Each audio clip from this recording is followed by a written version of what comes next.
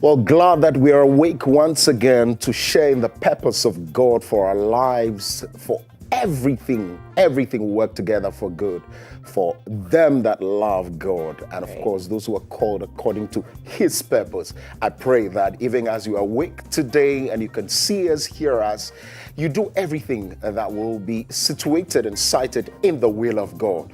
It is only then that you see the hand of God in your life. I pray for you. Good morning, and thank you very much for joining us. This is Wake Up Africa. My name is Kokuluma. Welcome indeed. And my name is Piadela. I feel like I'm about to fall under the anointing. Please fall. Please fall. Please fall. Well, on a Monday morning, like Koku said, two things I actually always pray for is one, I'm grateful to God, the fact that I'm alive, the fact that He is still God, my God. And also the fact that we have the chance to try again and do it again. It's a Monday morning and it's a new week. Why not try it again? Bible says we have the mind of Christ. So as we're going out today, we're exercising the mind of Christ. Right. One conversation at a time. If you're home today, great. Dominion TV is a place to be. But if you're going out, carry us along on My Dominion TV and enjoy all the great conversations from now till 10 a.m. Are you ready for weather? Are you ready for birthdays? Are you ready for news, international and local news?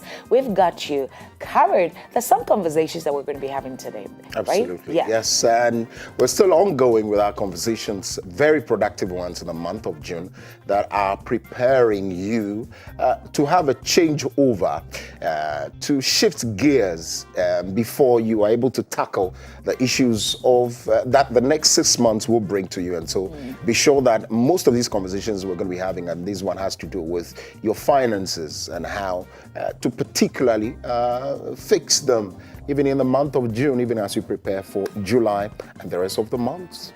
Right. So let's settle for the weather. I want to welcome you to Wake Up Africa Morning Show. If Africa has ever needed to wake up, it's now. I promise you that this Wake Up Africa Morning Show will impact your life. It will illuminate you. The Bible said that thy word is a lamp to my feet and a light to my path. You need this insight. You need the understanding required to make all the difference in all of our lives. I want you not just to tune in to the Wake Up Africa Morning Show, but I want you to be a sponsor.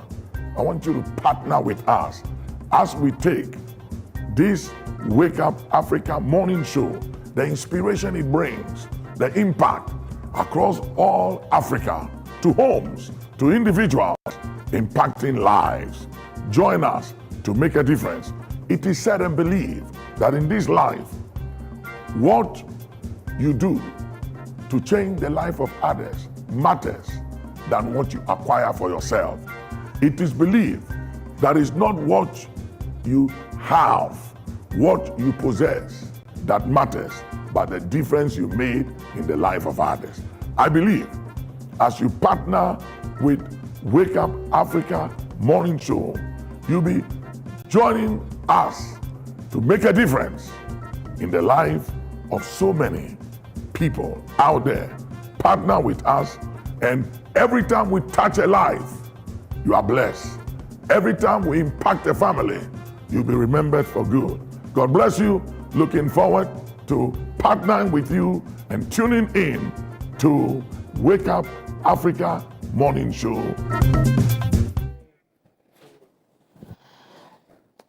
Okay, now we're ready for the weather report. How was the weather during the weekend in your area? Well, if you're able to go through it, then this information that we're about to receive is important for the rest of the day into tomorrow. Good morning, Mr. Solomon, the weather prophet. Good morning, Biadela, the precious one. Yeah, beautiful Monday morning. I hope you're good. By God's grace, I'm doing good. Fantastic. Take us away by way of weather report. Thank you very much. Let me first greet our cherished viewers and listeners of Wake Up Africa on Dominion TV this morning. It's the beginning of another brand new week. Monday, 9 days into the month of June 2025. And here we are with the weather update from now till tomorrow morning over the entire country. It's going to be partly cloudy across the entire country with mist and fog patches forming over the coastal, mountainous, and forest zones this morning. As the day progresses, sunny conditions will prevail in the afternoon across all sectors with isolated rainfall activities over parts of the coastal belts, slightly north of the coastal belts, and especially western south areas, and also parts of the northern and transition sectors late afternoon into the evening hours before or after 5 p.m. The state of the sea will be rough today as usual, so precautionary measures are advised. Temperatures will range from 24 degrees Celsius to 31 degrees Celsius over the coastal belts, 23 degrees Celsius this morning to 33 degrees Celsius in the afternoon over the middle sectors, 23 degrees Celsius to 35 degrees Celsius over the transition sectors, 26 degrees Celsius in the morning to 36 degrees Celsius in the afternoon over the northern sectors of the country. This is how the weather is expected to be for the next 24 hours over the entire country. However, I will keep you updated with any changes in the course of the day for viewers and listeners to be very much aware. Thank you, Biadla, the precious one. Thank you too, Mr. Solomon. That's a good one there. So now you know how the weather is going to be looking like. But you should also prepare for anything. So you want to have your umbrellas in your bag as you're stepping out because anything can happen. And for our fisher folks, you know that we need you alive. So if the state of the sea is going to be rough, you know what to do. Just be careful. Right. So let's get ready for birthdays. Now, happy birthday to these people. Yeah. It's your birthday. It's your day, one day out of 365. It's your day, one day out of 365. Happy birthday, ooh, to you. Happy birthday, yeah, to you.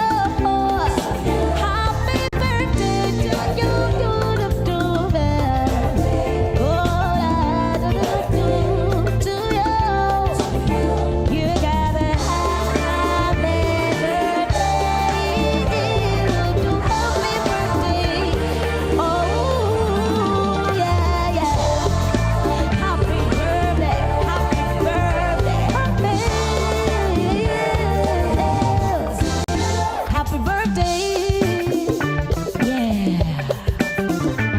It's your birthday. It's your day, one day out of 365. It's your day, one day out of 365. Happy birthday, ooh, to you. Happy birthday, yeah. To you, happy birthday to you.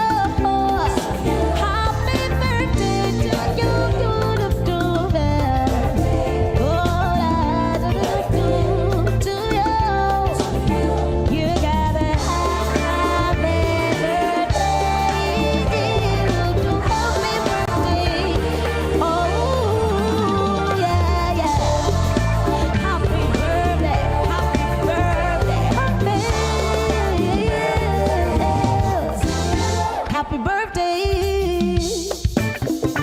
Yeah. It's your birthday. Right. Happy birthday. Happy birthday. Happy birthday. Happy birthday. Yeah, happy birthday to these people. Let's start off. This is from the weatherman. And it says that this is his brother. And he means a lot to our weatherman, Mr. Solomon. According to him, this nice gentleman lives in Canada. And today is his birthday. He is Mr. Eric Apia Badu or Beidou, right? So happy birthday to you. And this is from Mr. Solomon, the weatherman. And he says that may God bless you, may he keep you, your smile intact. I actually like your smile, actually, yeah. So happy birthday to you and enjoy the rest of your days. Now, there's another lady who also happens to be a friend of the weatherman. It says, Wasila, right? Happy birthday to you, Wasila, formerly of GBC Kumasi and now with Ghana Water Company. Okay, so you celebrated your birthday on Friday, so it's a belated happy birthday, Wasila. So happy birthday to you, Wasila, and this is from the weather prophet. I wish we had her picture. She's like, I think she's in a mall, posed a certain way. You know, if we had a picture, that would have been great. But it is what it is, right? And then we have Becky Trust. Okay, so there she is, Wasila. Happy birthday to you. This is from the weather man. Becky says to celebrate.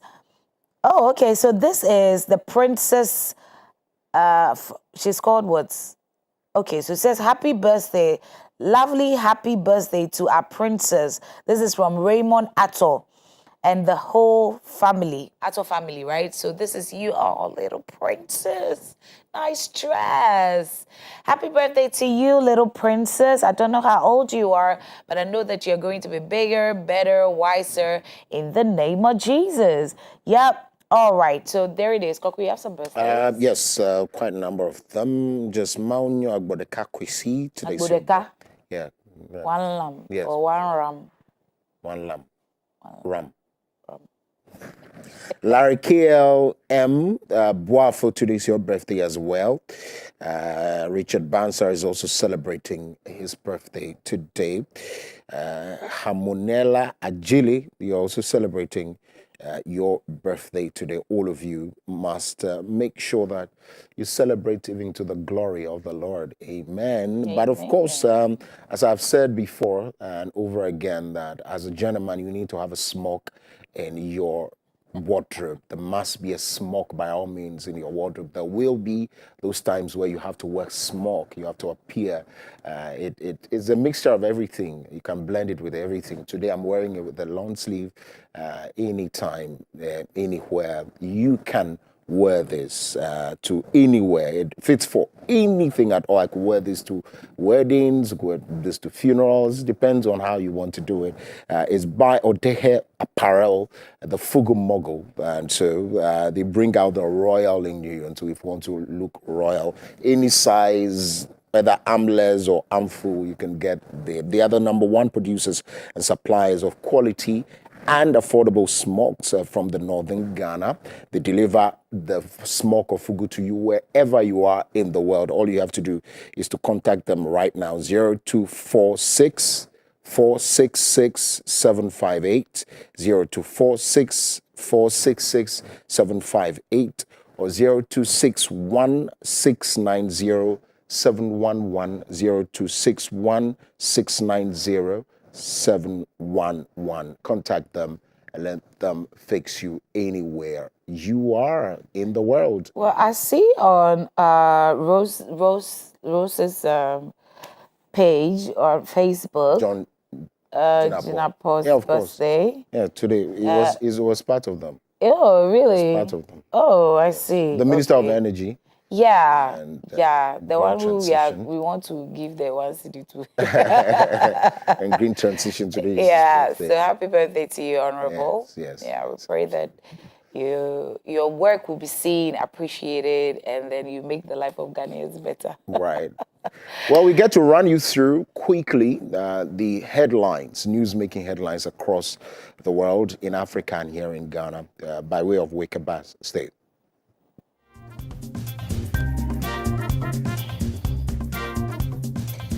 Yeah, so let's start off with the 1 city levy. Fuel levy hike takes effect June 9, but as of this morning, it should be going to June 16, right? Because the Association of Petroleum Product Companies, they said that it's a bit rushed. They need to have more discussions. They need to get to the table. Implementation has to take a bit of time. Right. So June 9 seemed to be scrapped for 16. I don't know if you want to take that story or... We're just rushing through. Probably when we get to the review. that we could do that. That would be great. Right.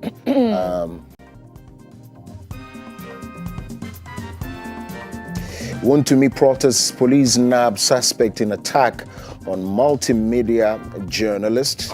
Yeah, that's a good one. Yeah. A really good one. Let's see what they do to them. Yeah. Yeah.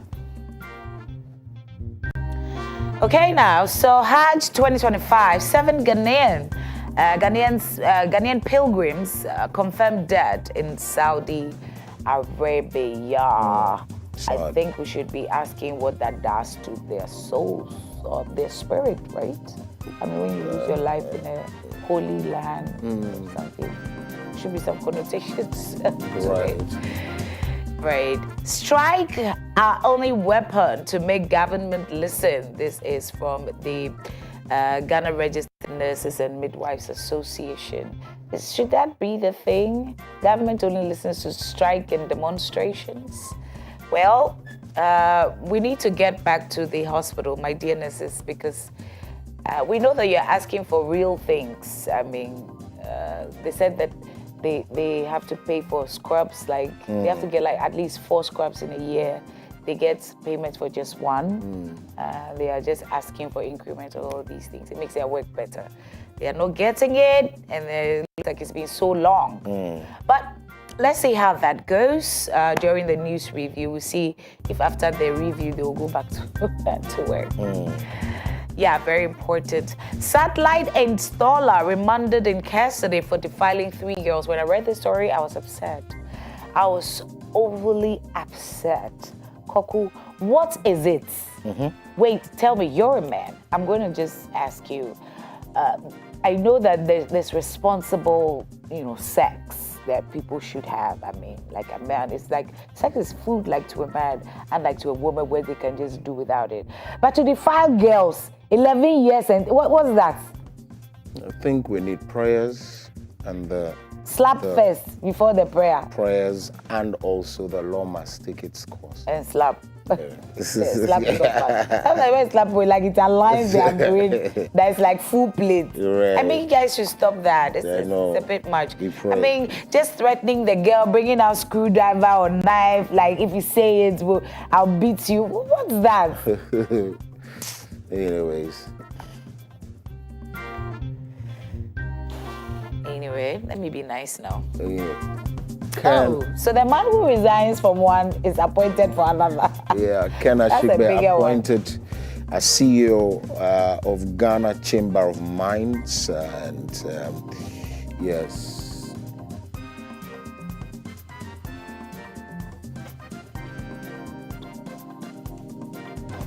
Okay, so 50 million Ghana cedi allocated to National Research Fund, Education Minister reveals. Right.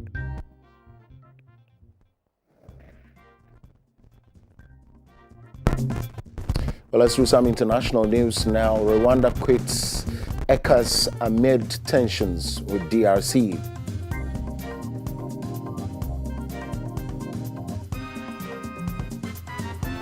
Zimbabwe to cull 50 elephants, distribute meat to locals. Have you ever tasted elephant meat? No, please. May the Lord help us. Sudan faces rapidly spreading cholera outbreak. About 1,000 daily cases in the capital. Oh my world. That's a huge number. Very, very, very. All right. Wagner Group announces withdrawal from Mali after mission accomplished.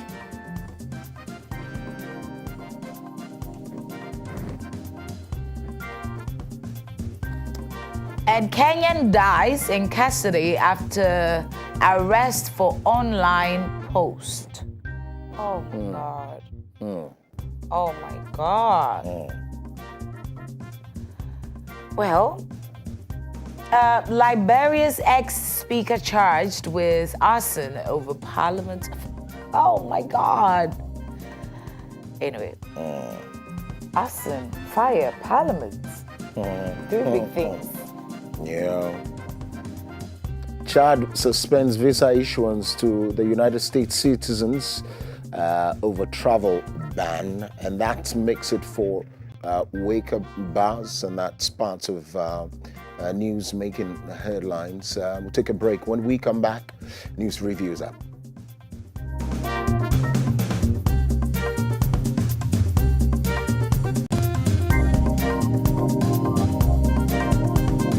We go around just making statements that are not even biblical. God reveals to redeem. It's not in the Bible. God reveals so we can walk, so we can enforce the word of God and the scriptures over the enemy's intent. Any hope and expectation the enemy has concerning your family and your loved one, by the eternal blood of Jesus, we override that hope. We override that expectation. Put your hands together and override it. The Voice of Inspiration, weekdays and Saturdays at 8:30 p.m. only on Dominion TV. I decree today that the power of God that is coming upon your life, no enemy will touch you and go free. Experience the power. Take dominion. Say the name of Jesus. I prophesy. Doors of favor.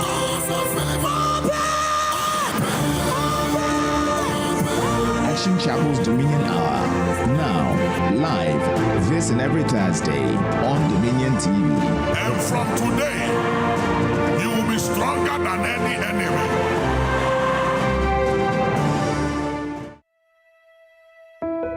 It's good to be with you, and thank you for tuning in. Today, I want to talk to you about one of the 5 series of some of my books that have been released. The Bible said you err because you know not the scriptures. There is something about having understanding through the study of the books. This book, Beyond the Valley, that deals with mastering of faith, the mastering of the test of love and the test of character and the test of faith, I believe will impact your life. So many people struggle at the place of the valley, at the valley, at the valley. But the valley is not a bad place to be. Whenever you find your place at the valley, realize that the next place after the valley is your journey to the top of the mountain. There is no way you can climb a hill or a mountain in life without going through the valley. So when you find yourself right at the place of a valley, it's an indication that you are bound to begin your journey of climbing the mountain or the hill. And so never be afraid when you find yourself in the valley. Every now and then, before you climb a mountain, you will go through a valley. And the valley is part of the process that we all have to go through before we get to the top of the mountain. And so if you are in a valley in your life right now, don't be afraid. Don't be despair. For the prophet said the other day, he said, my enemy, rejoice not over me, for when I fall, I will rise again. Most times when you are down in the valley, it's like that is the end of it, but it's not. That is just the beginning. You will rise again and you will begin your journey from where you are and climb. So get this book, Beyond the Valley, the test of faith, love, and of character, to impact your life. It will give you keys to longevity. God bless you.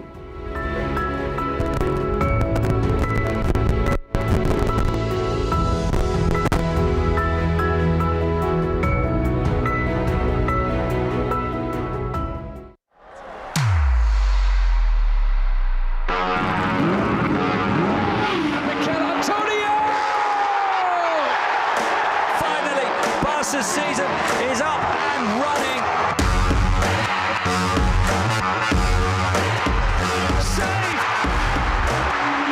Spain are the champions of the world! Sports Break on Dominion TV. Prayer is a daily necessity for daily triumph.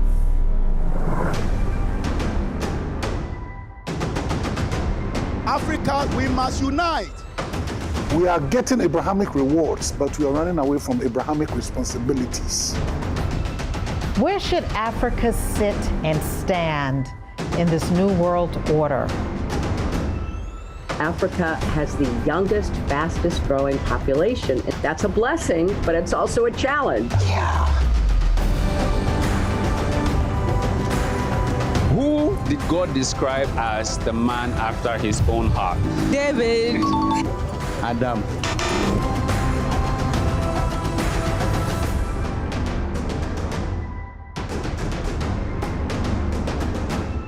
My experience, nothing short of amazing. I never believed I'll be able to do this. Dominion TV's Emerging Leaders program has taught me skills about marketing in a corporate setting. My name is Danny Glover, and you're watching Dominion TV.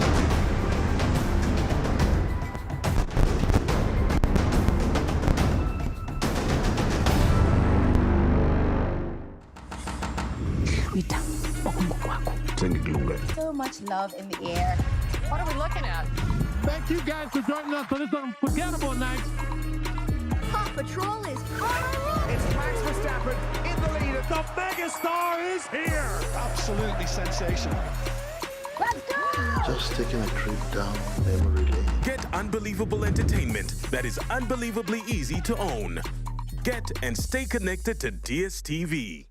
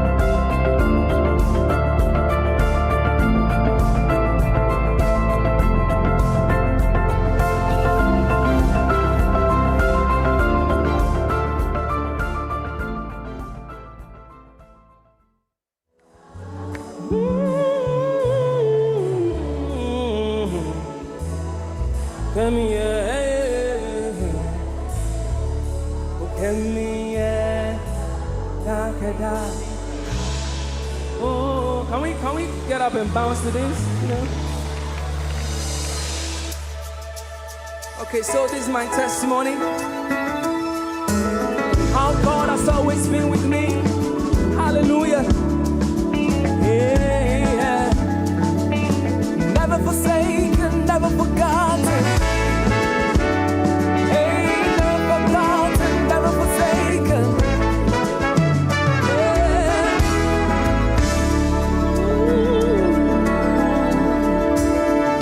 He that watches over me, never sleep nor slumber, so I won't be afraid.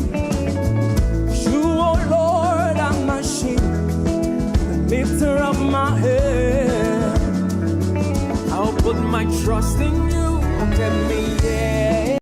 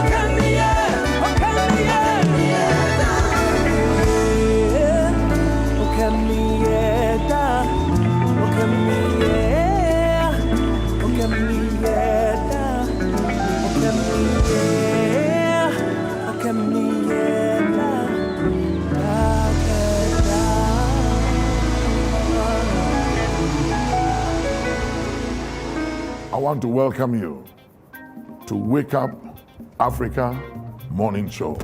If Africa has ever needed to wake up, it's now.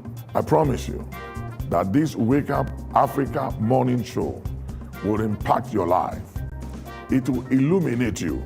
The Bible said that thy word is a lamp to my feet and a light to my path. You need this insight. You need the understanding required to make all the difference in all of our lives. I want you not just to tune in to the Wake Up Africa Morning Show, but I want you to be a sponsor. I want you to partner with us as we take this Wake Up Africa Morning Show, the inspiration it brings, the impact across all Africa, to homes, to individuals, impacting lives. Join us to make a difference. It is said and believed that in this life, what you do to change the life of others matters than what you acquire for yourself. It is believed that it's not what you have, what you possess that matters, but the difference you made in the life of others. I believe as you partner with Wake Up Africa Morning Show, you'll be joining us to make a difference in the life of so many people out there. Partner with us, and every time we touch a life, you are blessed. Every time we impact a family, you'll be remembered for good. God bless you. Looking forward to partnering with you and tuning in to Wake Up Africa Morning Show.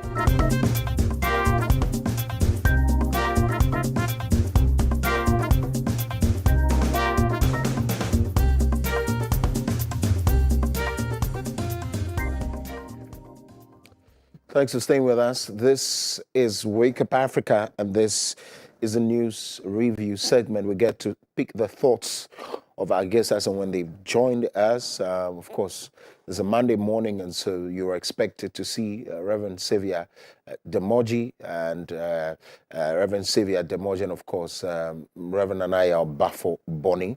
Reverend Xavier Demoji is a clinical engineer and also the assistant pastor with the Action Chapel International, Teshi. He joins us. Good morning, and thank you very much for your time. We're grateful. Also, Reverend Anaya Bafo Bonnie is an architect by profession and also a pastor with the Eagles Network International Ministries, and he also joins us virtually via Zoom. Hi, good morning, and thank you very much for your time. Okay, we'll sort that out and roll back. But I hope all is well with you. Your weekend was good. Right. Okay. Great. So let's get to our very first story. This has to do with the passage or the revision of the Energy Sector Levies Act, and of course one that saw the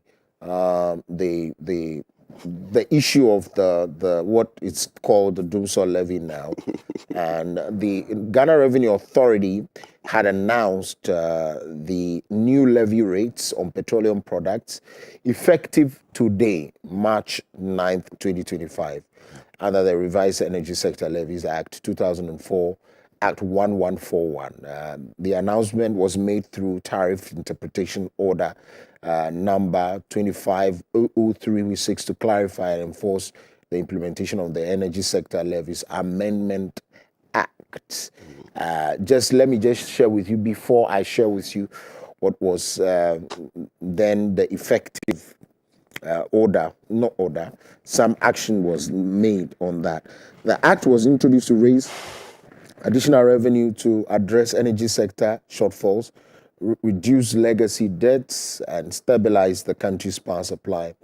The GRE directive outlines significant increases in the energy sector shortfall and debt repayment levy on a range of petroleum products, including petrol, diesel, marine gas oil, and heavy fuel oil. Under the new directive, motor spirit super petrol from 0.95 to 1.95, AGO diesel and marine gas oil from 0.93 to 1.93. Marine gas oil, which is local, from 0.003 to 0.23. Heavy fuel, residual fuel, RFO, to from 0.004 to 0.24. Partially refined oil, which is naphtha, from 0.95 to 1.95. Liquefied petroleum gas remains unchanged, that's 0.73. Then after that, we heard from this particular group, which is the Chamber of Oil Marketing Companies, COMAC, and this is what they had written to the Ghana Revenue Authority, specifically the Commissioner General. And we write to register our utmost dismay and strong objection to the letter received from the office this morning. They dated it Friday, June 6, 2025, Sunday, 8, public holiday. The letter demands implementation of a new energy sector shortfall and debt repayment levy effective Monday, 9th June 2025. Let us state the facts plainly. This approach is neither lawful nor operationally feasible. It smacks of coercion rather than governance and depicts a military regime issuing a backdated directive on a holiday and serving it on a holiday for next day compliance borders on institutional ambush. So the matter is that we therefore wish, so the crux of the matter, which is of course the last two paragraphs, we wish to therefore state unequivocally that COMAC and its members cannot, will not begin implementation of this levy from Monday, 9th of June. And so then, quickly, the Ghana Revenue Authority revised this particular one, directive to 16th of June, and COMAC writes back to them and says they welcome the revised implementation date. The Chamber of Oil Marketing Companies wishes to formally acknowledge and commend the Ministry of Energy, Green Transition, the Ministry of Finance, and the National Petroleum Authority and the Ghana Revenue Authority for the constructive engagements held regarding the implementation date of the new Energy Sector Levies Act 2025. Well, so that's that. The back and forth now is being shifted to 16th of June. Yeah. Aside that, there's been a lot of other bodies who have called for, who have called this particular one draconian and have called for a withdrawal of same. Quick one.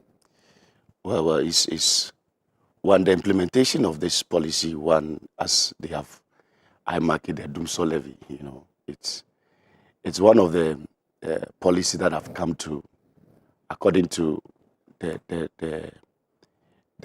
reason why it's being implemented is to cut off the debt that have been accumulated by the previous government. You know, this is a debt that has accumulated over the years, and as part of the government initiative to alleviate this is why they have brought up this levy. And I think everyone should be excited about it. One, because when you look at the crisis with our energy sector, the frequent do so that is affecting economic implementation, a lot of things that are in this country, for the government to come up with such a bold step to clear the debt, scrap the debt so that we can have a stable power for 24 hours, I think it's a good policy. One, I think the implementation was some way because I don't know why the opposition have to walk out of parliament when it came to the debate. You know, these are policies that have come, they are good policies. And it is true there are some loopholes that with it.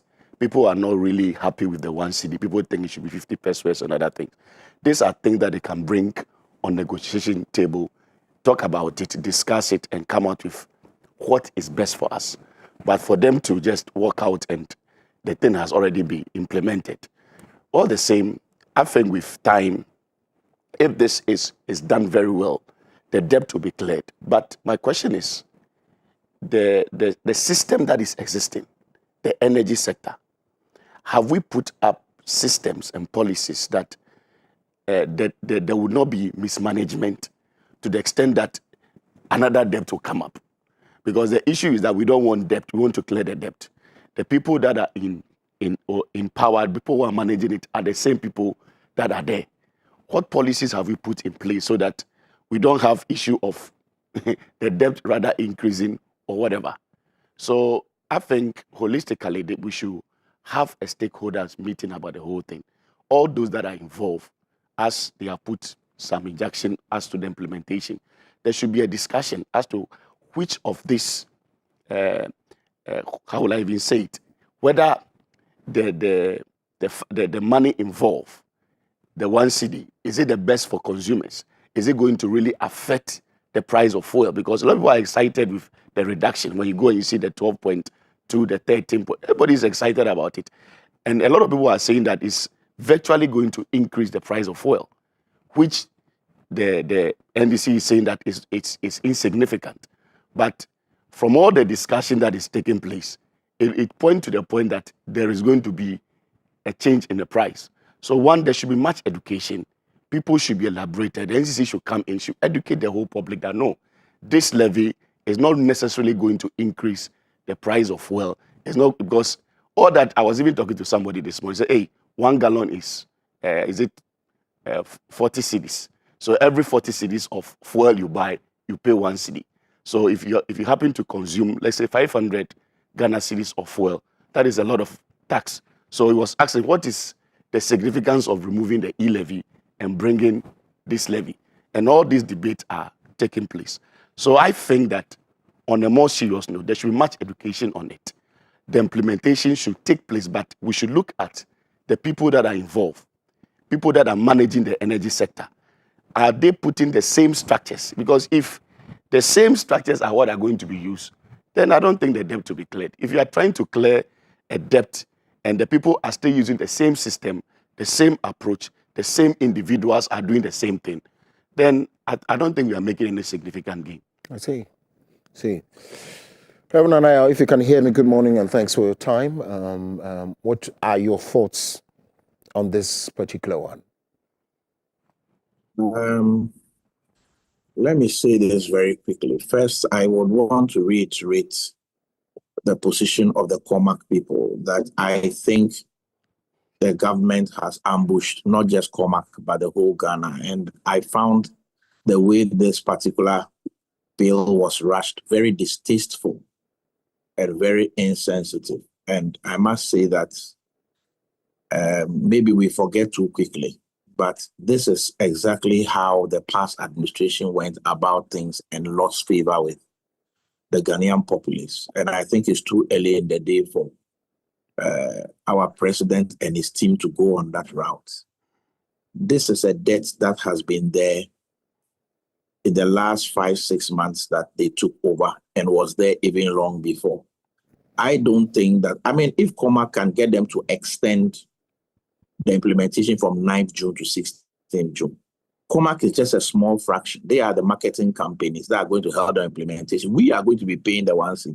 I think that the government has shown more respect even to Comac than the Ghanaians from whose pocket the money will be coming from. What would have stopped them from giving us that at least 1 week of education like what Reverend Xavier is talking about?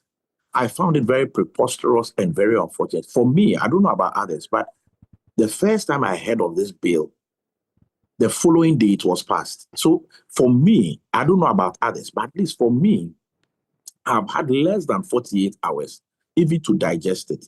Look, there is no bad way of doing a good thing.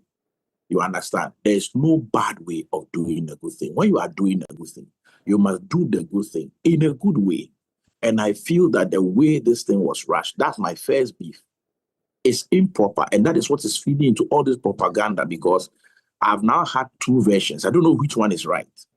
The Honorable Ato Kisel Forsen was actually saying on the floor when he introduced this bill that it's not going to increase the price of fuel, because whatever increase should have come, or whatever decrease should have come because of the strength of the dollar, will not be affected, so that it will be absorbed in the 1 cedi. So what it means is that, let's say, if because of the gain, we were supposed to move from 12 cedis to 11 cedis, we'll keep it at 12.20 to absorb that 1 cedi. So really, we are not going to be seeing the 12.20 jumping to 13.20. Why can't such a thing be simply communicated? You get my point? And I feel that that gap in communication is creating a whole lot of confusion.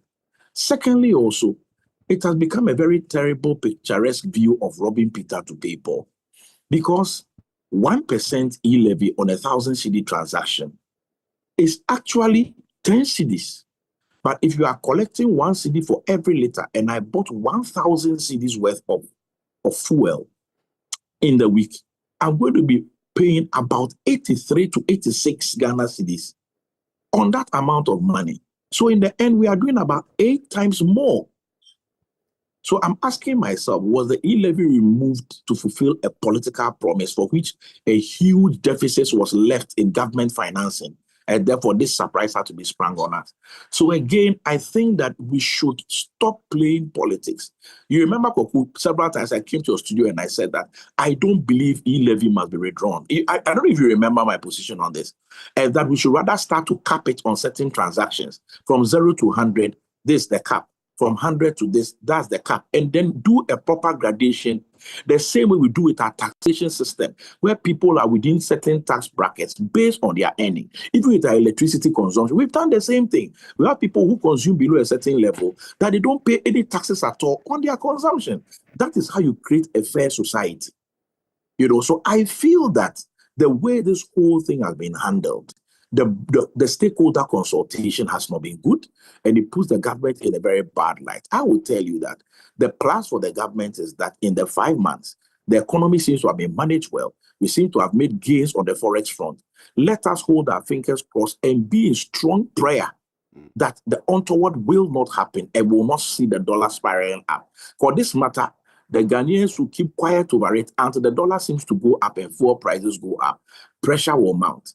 My friend is Associate Professor Sam Jaku with ISSER. He's done some very interesting analysis on this particular thing. In fact, if the currency should hold still, right, at where it is, and petrol prices on the international market should hold still, we will need something between 8 to 9 years of paying this levy to be able to retire the debt. Meanwhile, the energy minister is also telling us that this particular money is not even to retire the debt, but to ensure that we have the necessary fuels for us to generate power. So which is which? Because we are being told this is to retire the debt. The substantive minister of the sector is saying that it will not retire the debt, but keep the lights on. So what exactly are we, because that debt, how will we do? Because Reverend Savior made some very important point. How did we arrive there? Are those same management systems and those same managers that brought us here still at post? Who is paying for bringing us into this situation? Because we are beginning to get the shorter end of the stick as Ghanaian people, where politicians come, technocrats come, they create a mess, go back home richer, collect their ex gratia, collect their emoluments, collect their benefits, and go home and sleep in peace. And then we have to share the bill for ourselves. Those state institutions that are owing electricity, when would they pay? The big industries in Ghana are owing in the millions. When will they pay? All these are the people that are putting pressure on the system. And excuse me to say, the very ordinary Ghanaian who has very little is being pressured with this one city. It is unfair, it's unjust, it's immoral, and the government must start to show clear signs that we are redeeming that. Another point I want to make is that monies like this have been received before. The problem has always been transparency and accountability, because we're told money was in the ESLA fund. In the end, it was never used to retire debt. What is the guarantee? What are the transparency mechanisms? Because I've not seen any in this bill. That is very clear that we'll be briefing Ghanaians on the amount that comes by the month, by every quarter, and show them a very clear expenditure sheet on how we are disbursing these funds for the purpose of the collected, because we are so indisciplined when it comes to physical issues that we will take the money and use it for something else, hoping that another money will come and then we'll sort the problem out. So what is the transparency and accountability systems that come together with this particular thing? Then my last point I want to make is that cabinet must reverse immediately the decision that certain state institutions must enjoy free power. It must be reversed immediately. A man that owes does not give free things. It is insensitive. It does not make sense to me at all. No state institution that is working and making money should have Nanaya and Kokulumo and Xavier Demoji paying their bills for them, or else their service must be free. So all those institutions must pay their bills. We are owing. All the government ministers must forthwith cancel all their fuel coupons. They must contribute. So all CEOs of state-owned institutions, all ministers, MPs, their friends, family, and loved ones who get a fuel coupon from Goyle and wherever, it must be cancelled now. They must contribute their 1 cedi forthwith. That is how you tell the people that we are in a bad place and we all are going to do our quota to ensure that we come out of the bad place and we can now enjoy the largesse of office. Okay.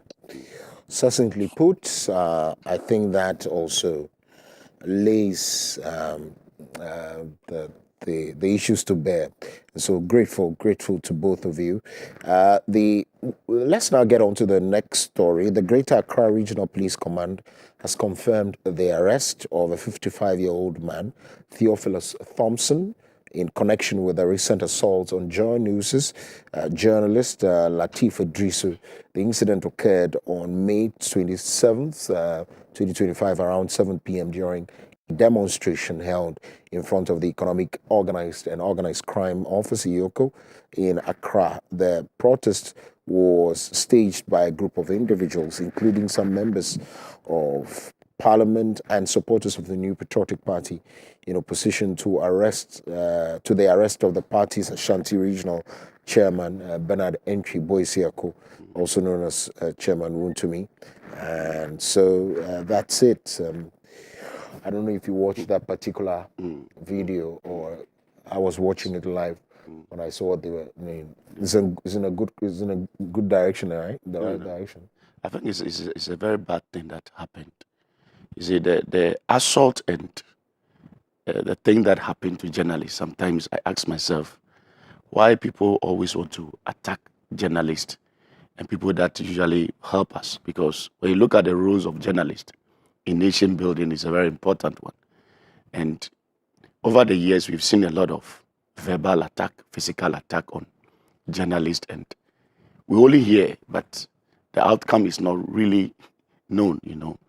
And I think it's high time that people are really persecuted, to serve as deterrent to others, because it's becoming unbecoming. Because sometimes you watch some news conference and a certain media house put its microphone and someone just push it away, verbal, saying all sort of things, and nothing has been done. And I think it's high time that there is something that is done to protect and safeguard the media, because a lot of people think that they can have their own way, and this country is ruled by laws, and you cannot just decide that, oh, I think I have the security or whatever, and just attack anyone that you think you can attack. So the person being arrested, it should not just be an issue of arrest. The case should not just be arrest. We should see the outcome of it.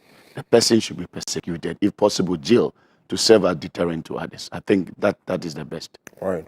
Any thoughts on that, Reverend Anayao? I had the opportunity to watch the video, and I have a few concerns. First and foremost, I think that the assault, the person that conducted the assault has been identified and being prosecuted is a very good thing, because, like Reverend Sylvia said, sometimes journalists are put in harm's way very unnecessarily, and some of these things must be addressed. Nonetheless, let me just say this. You see, and not to bash journalists, but I feel that the journalism I grew up observing as a young man and what I see now, I don't know whether there is no on-the-job training, professionalism is lacking. I mean, look, what Latif did, if we were to look at it without the lenses of law, I would say he brought it upon himself. First and foremost, his attention was drawn to the fact that he was being manhandled by the police. The police had actually even forced him to delete some footage. And the very people that he said assaulted him were the ones that came to his aid, rescued him from the situation. And he confirmed that in the interview. You understand? So now when you do a report, when those tensions are high, in the midst of those same people, and you paint a picture that those people in their attempt to rescue you are rather attacking the police. Mind you, people have different levels of comprehension. Tempers are high.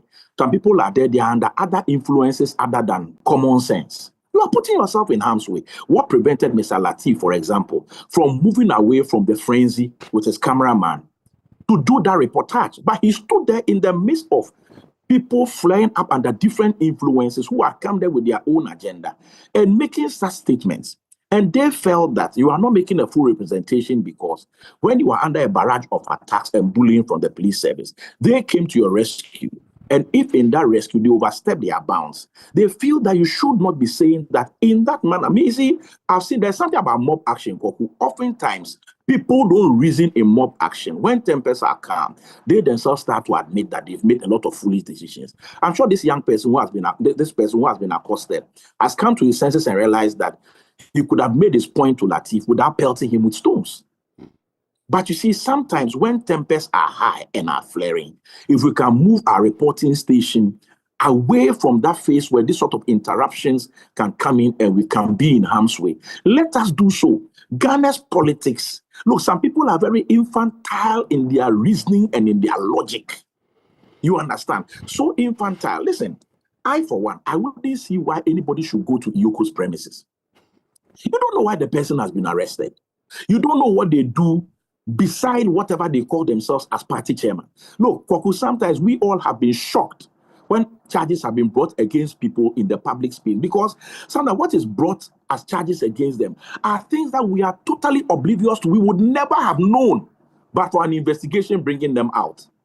Would you have ever thought that a party chairman will have something like money laundering or even jacking of cars, stolen cars, etc., from another jurisdiction into this country? Because it doesn't relate to anything they do in the public space, whether it's their mining business or their politics.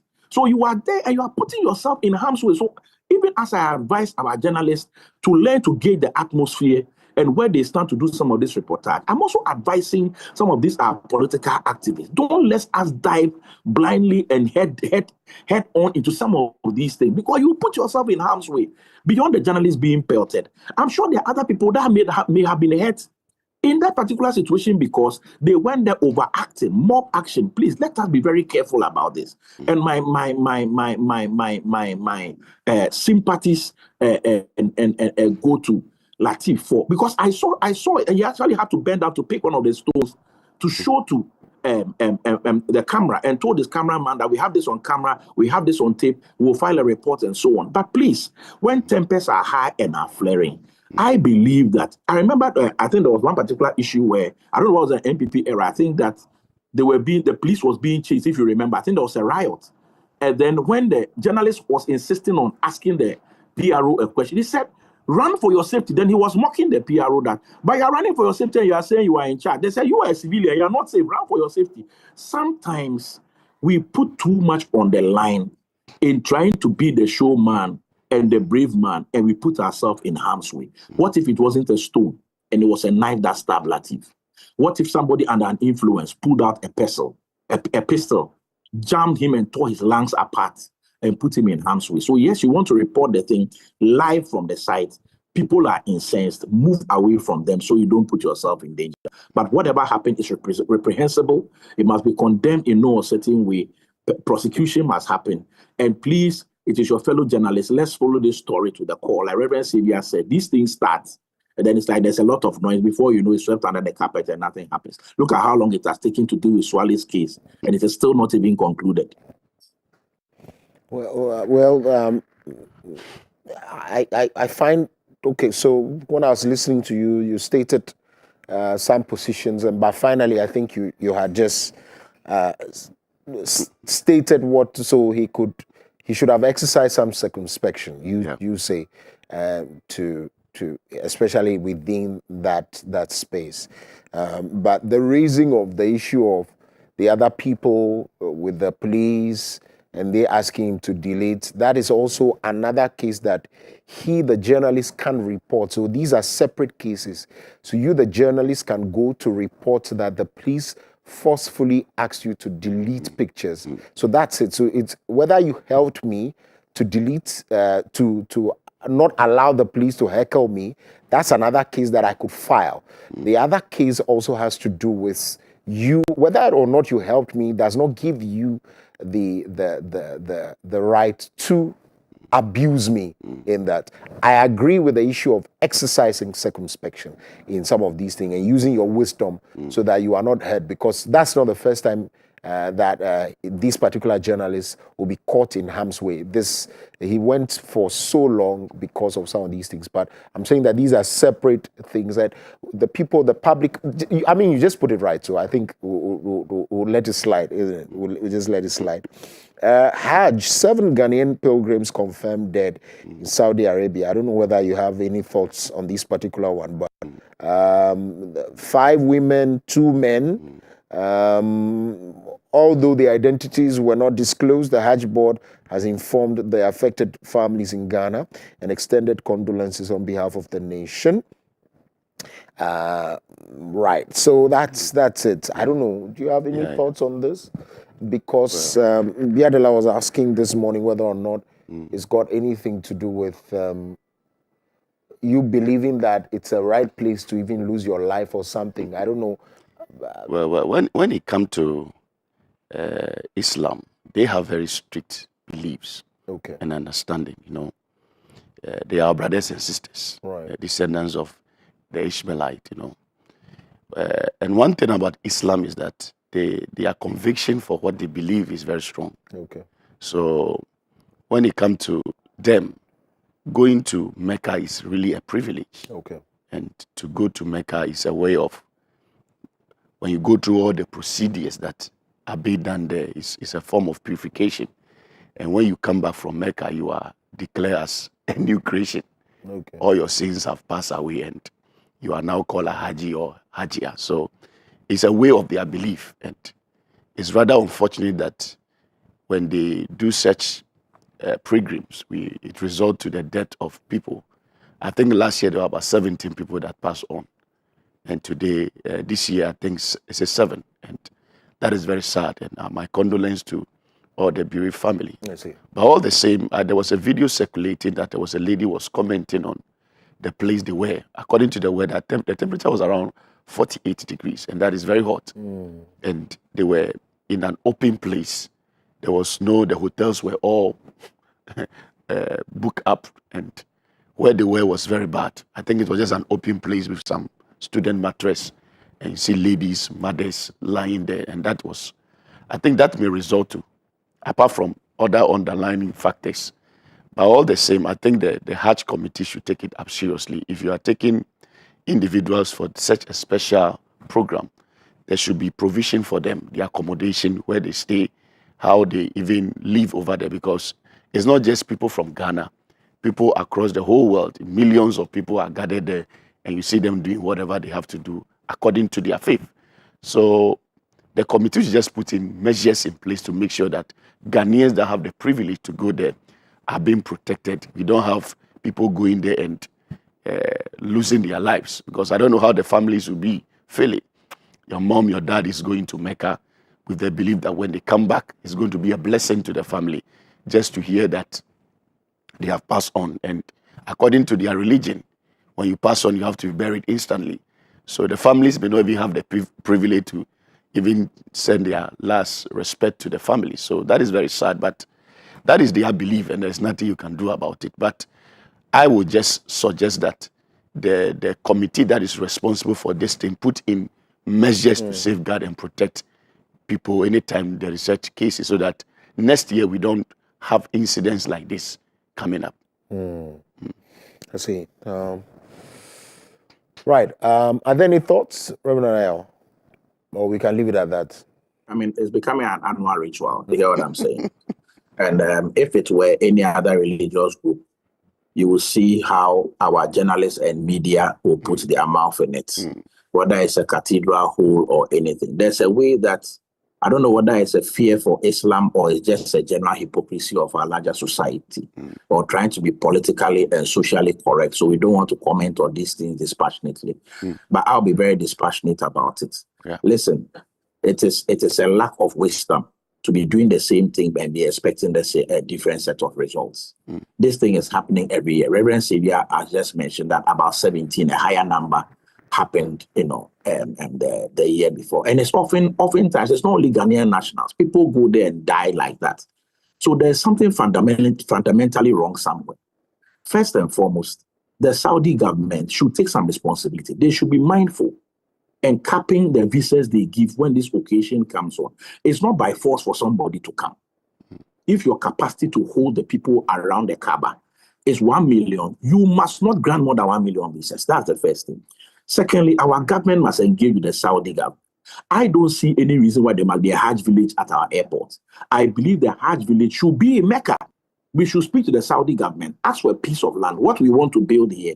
We should build it over there and use our old Terminal 1s and things that is for domestic, for that particular Hajj thing, dedicate aspects of the place for the Hajj, because we have the infrastructure here. Let's go there. After all, our Washington consulate owns a building in the United States. Most of our consulate, whatever, we own the property. There's nothing wrong. We want to help our Muslim brothers. Let us build that Hajj village rather there in Mecca. Let's pay for it. Let's ask for money and say this is investment. So we know that if we are carrying 200 pilgrims, 300 pilgrims, they are going to be in a place where we have a 300 capacity residence over there that is going to be used at least once a year, and to bring us that particular income. It will guarantee safety. Like what Reverend Savior said, when you see some people are under tents, what they are is actually a tent that has been fitted with some air conditioning and some toilet facility around the place. I don't think in the name of going to look for God, you should live in such an inhumane environment. I would not leave the comfort of the kind of home I live in to go and be on an open field on a tent. And I think that the government and the Hajj board should be pragmatic. If we can have our own hostel facility there, the year that we are even taking lesser pilgrims, we can outsource and let others come and rent our facility and get passive income from it. It can become a hub that can be used during the year as some sort of Airbnb for people that are even doing business in Saudi, and then make income from it and make sure our people are under very proper conditions when they go there. And then also when it comes to going around the Kaaba and performing all those other rites, the people get stampeded. People are choked in the heat and all that. We must make sure that everybody living in this country has gone through a thorough medical check and is fit to undergo the rigorous activity of the pilgrimage, and not for the fact that you just want to go and fulfill one of the 5 pillars of Islam. Before you fulfill a pillar, you must yourself be a pillar that is well grounded.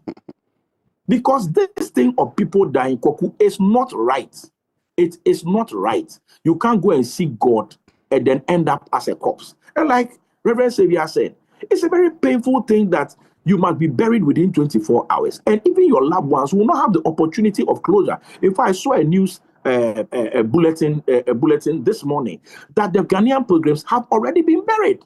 I would not like, our culture as Black African people, it is at funerals that we see that person and then we have closure and part ways properly. We are a people that have great respect for people, loved ones that we lose. And there's a way that we say bye-bye to them and part with them. And to be caught up in a strange land in that manner is totally unacceptable. It runs counter to our African culture, irrespective of whatever religious persuasion that we have. Because our culture is us, and then our faith follows subsequently. Our faith came to meet us within our culture. And whatever cultural context we have, that does not run contrary to our faith must not be, undermined and treated in this manner. Can you imagine Saudi citizens dying every year in Ghana in that manner? I'm telling you, the Saudi government would have taken some action about it. So please, Hajj board, don't let us be overwhelmed by the joy of going to Mecca. This thing must be solved. If we discuss this thing again next year, it will not be a nice commentary from some of us. Right. The Ghana Registered Nurses and Midwives Association has defended its ongoing strike, insisting it remains the only effective tool to compel government action on their long-delayed conditions of service. This follows renewed calls by Health Minister Kwabena Minta Kando for the striking nurses to suspend their industrial action and return to the negotiation table. The only. Well, I think the nurses are being insensitive now. It's in a way because one, you've been invited to come to a negotiation table. You presented your demands, and all plans to get you to sit down and discuss have proved futile. And they are only insisting on something that they have put across: their 30 months salary, their fuel allowances, the clove allowances. These are all things that everybody knows that you need. Okay, this is something that is a form of motivation for you to do your work. And the government is willing. The good news is that this is a listening government that is willing to listen to your plight. Over the weeks, I think there was a news that their strike was even illegal. Okay, but they've been invited to come, and I saw the minister going to some of the health facilities, seeing what is happening, and it's very sad, because when you see only doctors in a consulting without the assistance of nurses, and some of the doctors were going to the extreme of trying to play the role, and it is not an easy something. And these are Ghanaians that are suffering. People are sick. People are going through all sorts of things, and you have gone through the required training and taken a vow to preserve life. And this is just a negotiation of something that have been on the table over the years. These are things that you are advocating for, and over the years there have been a lot of discussions on it. Come and let's conclude on it. You say no. And you are saying that you think strike is the only weapon. Weapon for what? And people are struggling, people are in pain, people are dying, and you are still insisting. Whilst the government is open up for you to come and discuss, I think they are becoming very insensitive to some of these things. And as much as their case is fine, what they are advancing may look a bit wicked, because you may have a right cause, you may have a right case to present. This is not just something current. It's something that has been existing over the years. You've been pushing, the government have been negotiating with you. So if you are calling for certain rights or certain privilege to be given to you, and the government is willing to negotiate with you, and you are insisting that you think that if you are on strike, your demand will be accepted. The fact that you are demanding 100% increment or 100% or 13-month salary, the government is there to negotiate with you. This is what we can offer. Okay. This is what we can give you. So why won't you just work whilst they look at those things? But they are just deciding, and for them saying that strike is our only way of weapon, I think it's to me, they are being very insensitive. Yes, the group should, the leadership should meet the minister, because the minister is willing to dialogue with them. Look at him going around trying to see how things are and to make sure that people don't lose their life. And they are still insisting and cheering their members to be on strike. I think that is wrong. I see. Reverend Anaya. Kogu, please, if you would permit me, let me just put the issue a bit in perspective before I land on the fact that I don't wholly agree with Reverend Sylvia Demoji on this matter. I was fortunate to have listened in on interviews on some sister stations. First, the Deputy PRO, and then first the Substantive Minister, Honorable Minta Kando, and then the Deputy PRO of the GRNMA. Now, this is the cracks which both parties agree on. The various professionals in the health sector, doctors, pharmacists, etc., had concluded a bargaining agreement with the government as of last year. And those other professionals have had theirs approved, and they're already enjoying the benefits. The Ghana Registered Nurses and Midwife Association is not at a negotiation with the government. They are telling the government that we were told to hold on with our implementation, and we are insisting that it be implemented. So it's not an issue of negotiation. And so the Substantive Health Minister has said that he is also speaking with government for the funds to be made available so that the implementation can be rolled out, because they are new. Over time, the association has allowed the minister that leverage, because you are new, you have come to meet bills, you have to settle down and all that. In their estimation, they are saying that this particular we are settling in is being used to hold them to ransom, and the members are putting them under pressure.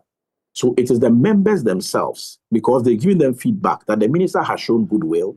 He's willing to pull the necessary strings to make funds available for us to move into implementation. But they are saying that the members have decided to run riots and say that, listen, we do not care what you executives and council is saying. We are the highest decision-making body, and this is what we want to do. And I like the minister's posture, because the minister is not using strong words like insensitivity, because they are well within their rights. When a bargaining agreement is reached, What is done is that it's implemented. It's not renegotiated because it's a demonstration of bad faith. And I've not heard the minister grant any interview saying that there was a need for renegotiation. Rather, he's pleading that give us time because we want to do something that will be permanent and can be sustainable. And I think that that is where the Ghana Registered Nurse Association also believe that unlike the other health professionals within the health delivery fraternity, they are being taken for granted. And they feel that if they take this route and this action, they will get the government's attention and audience. You see, unfortunately, and there's a rule that when they are on, they declare a strike. I think 48 hours or 72 hours or something. The government is mandated to meet with them and resolve the issue because they are the only organization whose services will always result in a loss of human life. That cannot be remedied and undone. So I think that they are just holding the government between the rock and a hard place. I think the way to go is to appeal. But when we drop strong words like they are being insensitive and all that, I think that it doesn't sit too well because they are very well within their rights asking for what is theirs because it's been concluded. And if we agree that government is continuous, just like President Kufuor negotiated single spine salary and then dropped it on Professor Mills. But Professor Mills was able to convince the Ghanaian populace and the working class to wait for a while, give him enough room, and then it was rolled out, the single spine was done. I think that that is the way that we should go. I think the executive should be able to hold their members and tell them, listen, the minister has demonstrated goodwill. We're giving you indication of that already. And if they've asked for time, let us give them that time and let's go back to work because the consequence of their actions is an irreversible and irreparable damage. When people lose their lives because they were denied health care, nothing can be done to bring it back, even when the issues have been addressed. So I believe that if it's possible, our president should step in, our vice president should step in, people of clout and repute should step in. Some meeting must be done behind closed doors, even if it means that the larger society of the nurses must be met at a public place that a larger number of them can congregate in camera, and then sincere conversations take place so that they can go back to work as soon as possible. Because it's not demands that they are now making. They are things that have been settled, agreed upon, and it's at the implementation phase, and they feel that it is taking too long for it to happen. Because I've read a few commentary about some of these nurses, and sometimes the kind of discomfort and bills they have to pay, even for their own healthcare and for that of their dependents, it can be pretty disheartening that you work in an environment where you don't even have a sort of insurance cover because of the risk that you were exposed to by virtue of your work. And quite a lot of them suffered significantly in the COVID period because of our inability to cover them in the area of risk and stuff like that. So I think it's something that we must look at holistically. If you ask me, I think this government has demonstrated a lot of goodwill.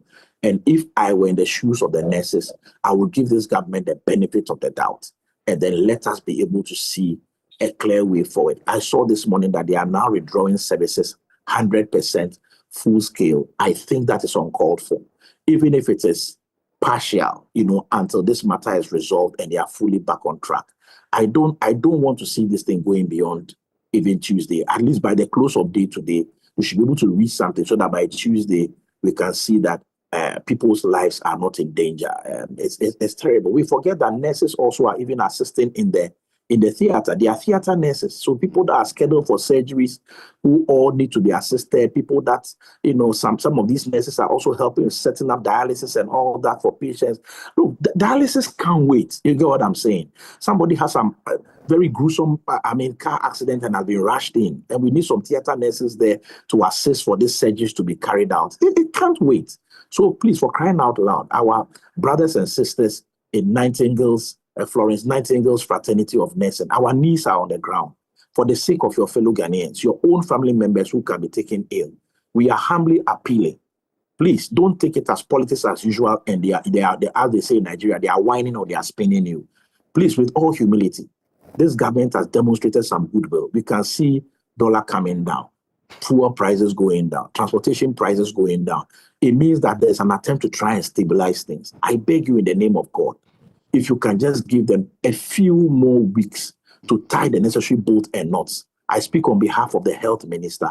I speak on behalf of the president. I speak on behalf of the ailing people of Ghana who are in pain. Please, with all humility, if you can hear me, I speak and plead with you that for our sakes and for the sake of good conscience, kindly return there and let's save lives. Righty, succinctly put, right there. Let's do the very last story, shall we? Ghana, 50 million Ghana cedis allocated to National Research Fund, Education Minister reveals. The government has allocated 50 million Ghana cedis to kickstart the implementation of the National Research Fund this year. The amount, which is seed allocation, is expected to assist academia to conduct research aimed at fostering the development of the country. Meanwhile, the amount is expected to be increased to 100 million cedis next year. More than two decades ago, lecturers in public institutions of higher learning withdrew their services, blaming government for delaying the payment of their book and research allowances. This created a lot of agitations on the education front, which disrupted smooth academic work.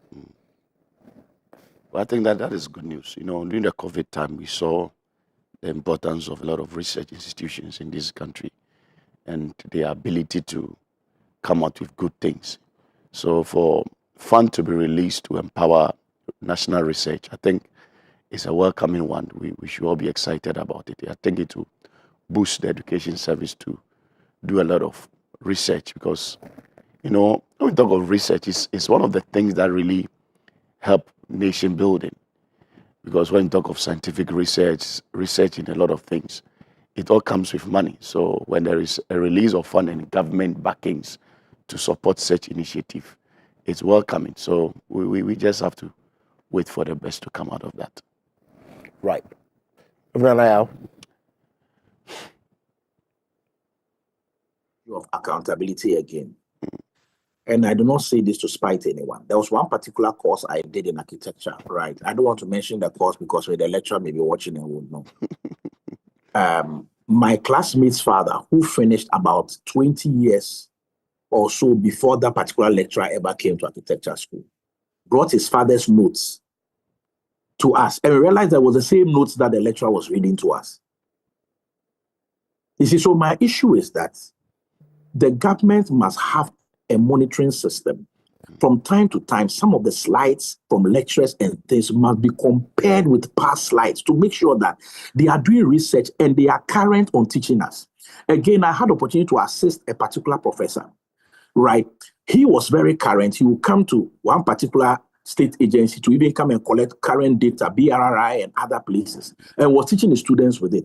Can you imagine that he went on sabbatical, gave the students an assignment, a new lecturer comes in and he failed the whole class because he was totally oblivious of the new formulas that were in town and failed the class. And he took the students going Nicodemously to go and tell their lecturer on sabbatical that actually the guy here doesn't seem to be kind because they know if they raise it, they may not graduate.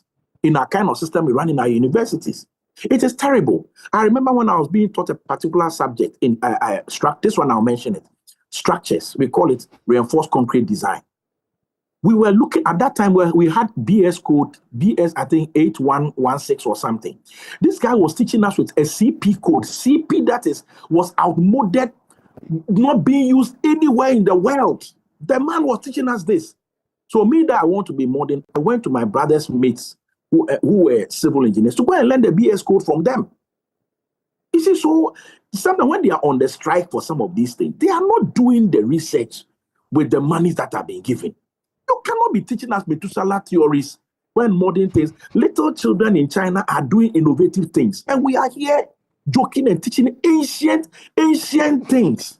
So please, if this money has been given, the universities are autonomous, yes, but the Ministry of Education must have systems to work with the universities to ensure that our lectures are current and they are warm and they are giving us current things.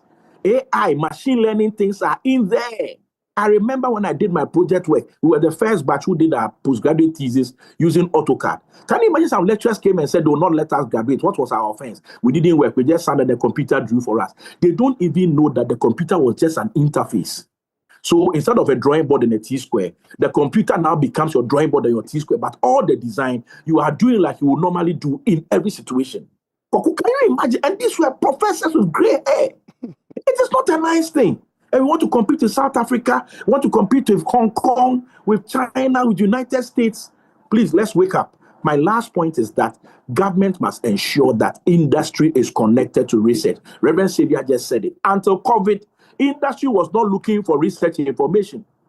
We must cooperate with them and make sure that findings that happen will be used to improve the life of Ghanaians. You know, One District, One Factory. One District, One Factory is a research that my year group did when we were in third year. We have something we call rural design. You go there to go and look at the rural areas, look at the things that grow in their community and see cottage industries that can be started. We did that at Fade and Mampontin in Ashanti region. We did the same thing in a clustered community that looks like a Nima kind of highly populated, dense populated area in Ashanti region, in Kumasi.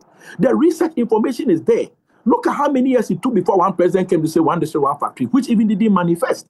So the researchers know where Ghana's problems are, and they found solutions with clear data that backs it. But we won't go for it. So please, research must connect with industry to bring practical solutions so we can leverage in the area where we have competitive advantage to move our nation forward. Thank you. And thank you very much. And that's also a great thought shared there. We're grateful. Thank you very much indeed. And thank you. Reverend Xavier Demoji is a clinical engineer by profession and also by calling. Is an assistant pastor with Action Chapel International Tertiary branch. And of course, Reverend Anaya Bafobon is an architect and a builder by profession, and also is the head pastor for the Eagles Network International Ministries. We're grateful. Thank you for your time. Well, up next is Trends and Entertainment, or Tech and Trends, if you like. You want to stay with us? We'll be right back.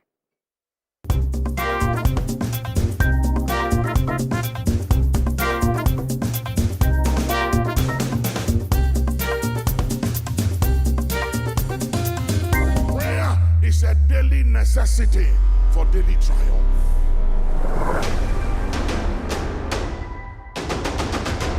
Africa, we must unite. We are getting Abrahamic rewards, but we are running away from Abrahamic responsibilities. Where should Africa sit and stand in this new world order? Africa has the youngest, fastest growing population. That's a blessing, but it's also a challenge. Yeah. Who did God describe as the man after his own heart? David. Adam.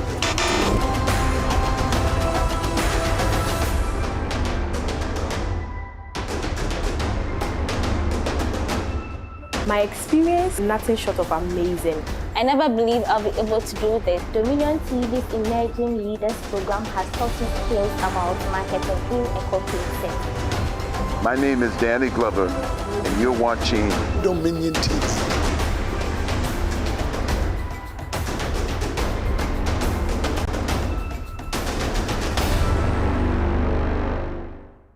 Poverty makes you do what you otherwise would not do. Wealth makes you live the way you wish to live.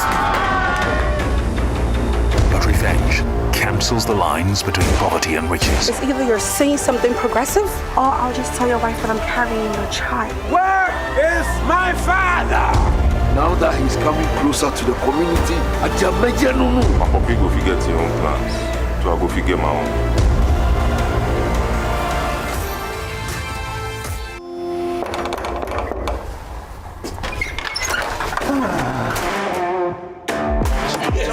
I wanted to make it a surprise. Why? I knew the dramatic appearance would excite everyone. I've been looking for you for a very long time. Why are you so intimidating? But just complain that I'm fat. But you are fat. Here is my son.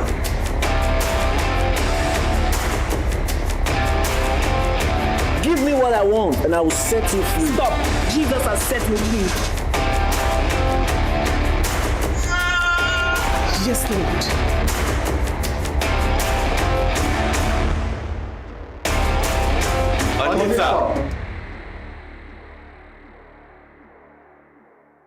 Hi, friend. Where are we going today? Just use your imagination. Go, go! That's the only thing that matters to me right now.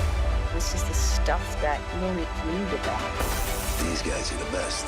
GOtv's ready to take you from your hometown to roaring stadiums and even on international adventures. So let's go together, from home or on the go with GOtv Stream.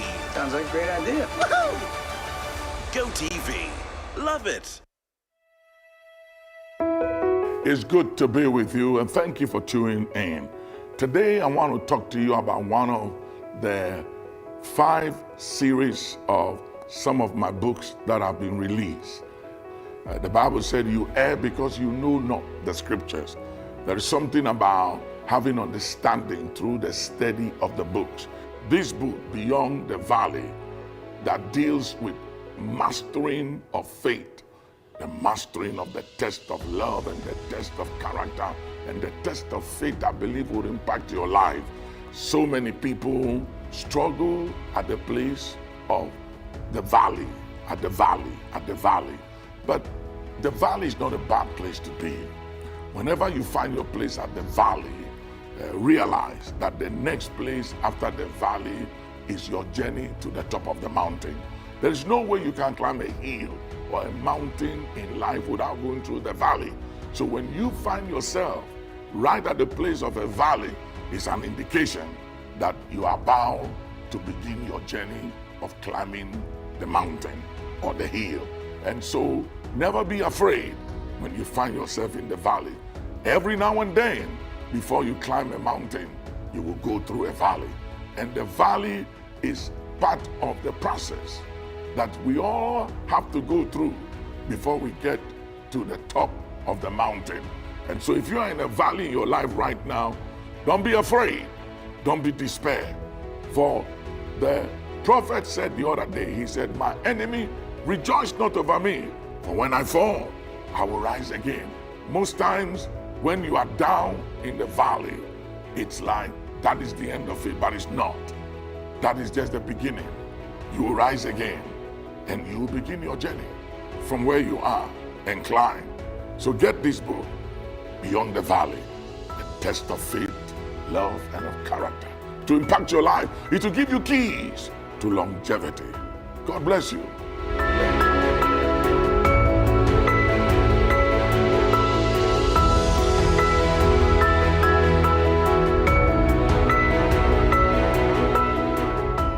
Hooray! Dominion TV is now also a digital terrestrial free-to-air channel. This means you can watch us in Ghana from your digital TV without any subscription. Just rescan your channels on your digital TV to access it.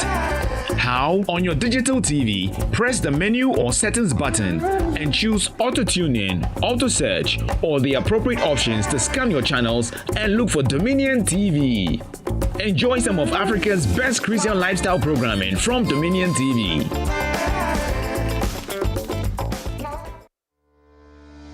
I decree today that the power of God that is coming upon your life, no enemy will touch you and go free. Experience the power. Take dominion. Say the name of Jesus. In the name of Jesus. I prophesy. Doors of favor.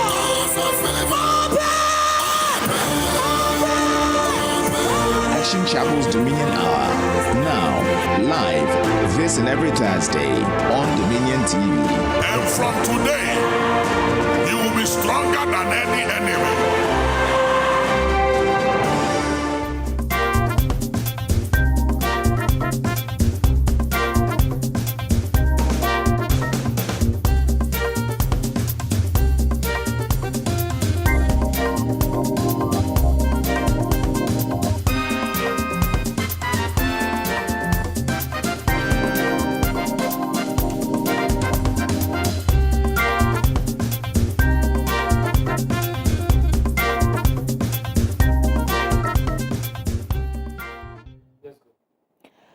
Welcome back. Still on Wake Up Africa right here on Dominion TV. Lots of discussions going on.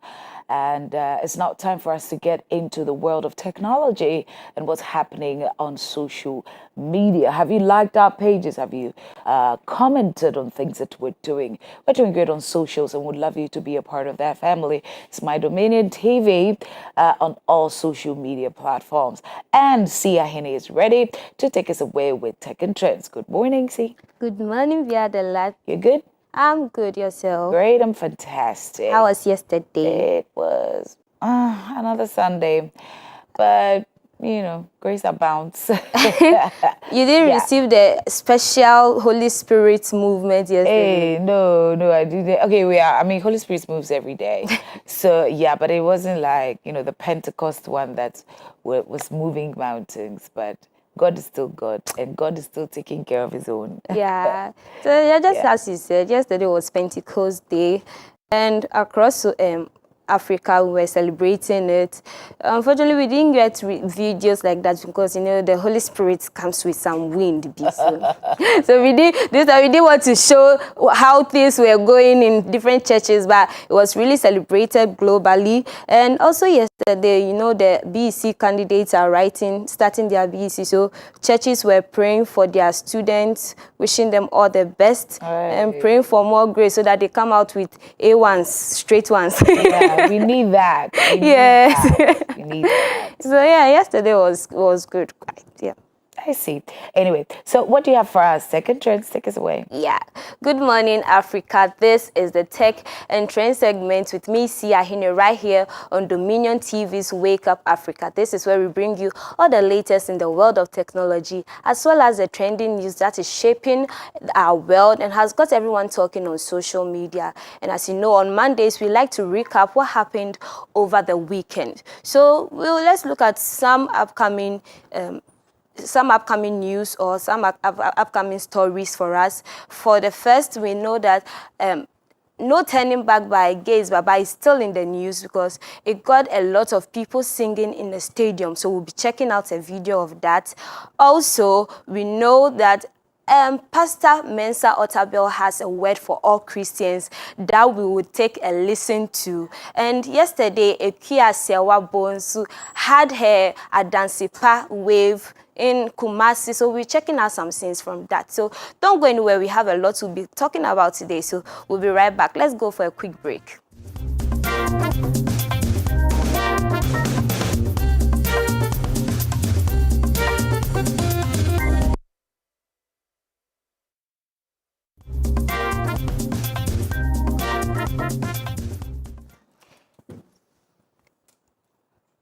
Thank you for staying with us. This is still the Tech and Trend segment with me, Sia Hine, right here on Dominion TV's Wake Up Africa. Now to our first story. So, Gaze Baba's and featuring Pastor Lawrence Oyo's No Turning Back is still in the news after the whole controversy surrounding it and everything.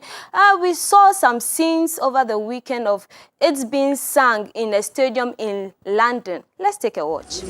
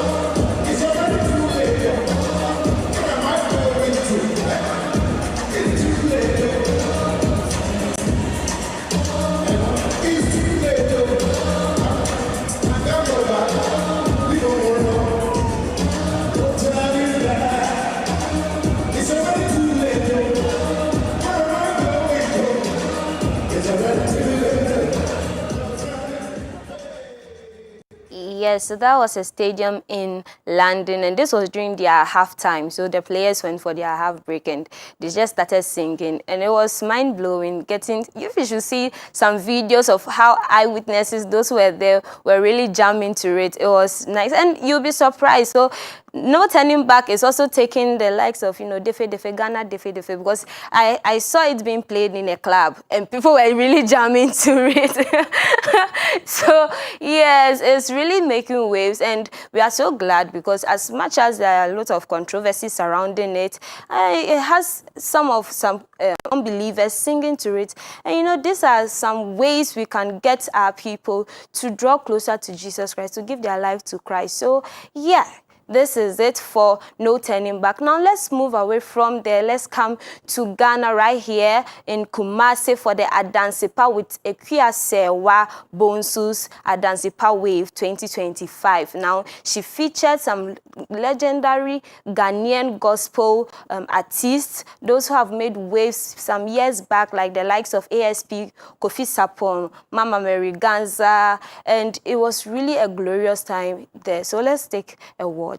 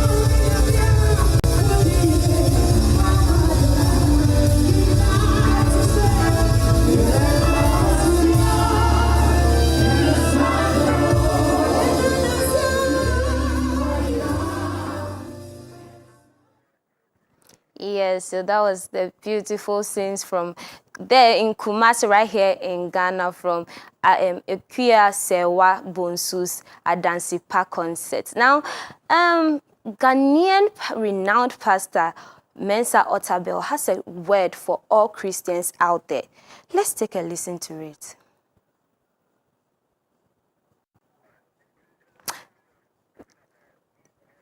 Yeah, so he was, yeah. So, okay. So before that, there's a young man that was really speaking about how Ekia Sewa's song has blessed him and has even helped his job or his work and career, what he's doing. So we can take a listen to that.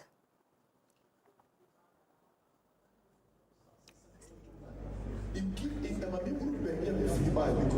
before it was a situation he told me. So he was just talking about how her songs have been a blessing to him. And as songs carry power, carries word, he was saying that the words that she shared in one of her songs motivated him to move out of his comfort zone to zoom into what he has been called to do with work. And right now he has a lot of workers. He's a CEO of a TV station. I don't want to mention so that I don't really make a mistake. I have to recheck on that. But yes, that's how he was sharing his word, and he was thanking the Lord for the life of Equiase Wabonsu. Yes, so that is that. Now let's move on to the next one, where Pastor Mensah Otabil, a Ghanaian pastor, was talking about how he feels Ghanaians, Christians should move forward, should take up leadership positions, and, you know, infiltrate certain spaces so that we can get the gospel out there a lot. And then, you know, by that, having a CEO who is a Christian, you know, small, like you see how Dominion TV, we have devotions. You can be having devotions. Those unbelievers or brothers and sisters who are trying to fight and trying to locate God, through that we can, you know, we can comfortably lead them to Christ. And he really shared something. And this was a video that was really trending over the weekend. And I can tell you it was impactful and inspiring, because it's high time we get Christians out there in the leadership positions, out in the space for all of us to, you know, make Jesus sing. Yes, let me use that one. Make Jesus sing. Biadela, what do you think? Well, I think that there is always enough room to do a lot. My pastor would always tell me that the people of Israel didn't have enough representation when it came to the Parliament of Egypt. And so they made laws on their behalf. Now, the thing is, we are very smart people. Bible says we have the mind of Christ. And if our God, right? Bible says the earth is the Lord's, the fullness thereof, the world and they that dwell therein. And if we have the mind of that God, then we don't need to go to the world for solutions. We are the solution. Yeah. We are the panacea to the world's problems. And so when we take 2 steps back, that's when we see the world, you know, cringing and going through all the trouble. So if we move out, it's a good one. Christians must take responsibility. Yeah. Christians must go out, go into entertainment, go into, he spoke about acting, and I thought that's what, I'm a good actress, please, let me act movies. And I think that is really great. Go into music, make real money. We'll spend the billions, right? Well, we had to go into the marketplace and do right. I think it's a great advice. Yes, it's really and certainly a great advice for everyone. It's so unfortunate we couldn't get the video for our viewers to watch, but I know that you can follow Dominion TV. Head over to our social media platforms. Yeah. You definitely see the video there, and then we can get talking with this. You can share your comments as well and suggestions. We are open to all that. Yeah, so that's how we wrap up for today's Tech and Trend segment right here on Dominion TV's Wake Up Africa. But before I leave you, I just want to leave you with something that remember that your vision will create room for your provision. So if your vision is big, it will certainly draw more provision. If your vision is small, it will come with small provision. So make sure you open your mouth wide so that the Lord can fill it. Have a wonderful week and stay tuned to Dominion TV. We have everything you need right here. Over to you, Precious Biadela. Well, yeah, thank you so much, Sia Hene. And we're taking, look, Christians are going places. You either tag along or you drop off. But we are, you know, advocating that you tag along. Bring your mindset, bring your expertise. Let's make the world a better place. Yeah. Right. Okay. Well, thank you so much, Sia Hene, for that. Well, let me introduce you to the very best thing that happens to your food, okay? I'm talking nutrition at its peak, and that comes with Gino Tomato Mix. We're talking vitamin A, B3, and D. You know that it's rich, it's red, and it's so tasty and delicious for your soups, your stews, and everything that makes sense on the table. Get a Gino Tomato Mix and enjoy a very healthy meal. Now that is vetted and approved by the FDA. It's legit for your stomach and good for the family. Gino, they truly care. Right. And then also, if you have health issues or anything at all, let's say a big thank you to the Bank Hospital for supporting the morning show. The Bank Hospital is a one-stop shop for all things health. They have clinics that will help you. They have ways of educating you so that your health is in check always. The Bank Hospital is at Cantonment, and they're actually opposite the NAFT. So you can get there, book an appointment, see a doctor, you can call in. And great thing is they're also on all social media handles. You can actually just write a post, tag the Bank Hospital. They're very responsive.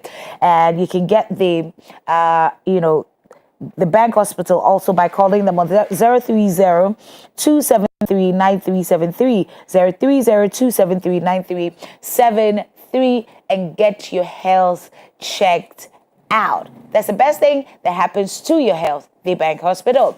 Well, we started off by asking, last week we were looking at what the rest of the year should be looking like in terms of goals, setting new goals, refreshing your goals, trying to make your objectives very smart so that it's achievable by the day, by the hour, by the minute. And so today we're going to continue that conversation. We're going to be looking at your spending. What happens when you receive your salary?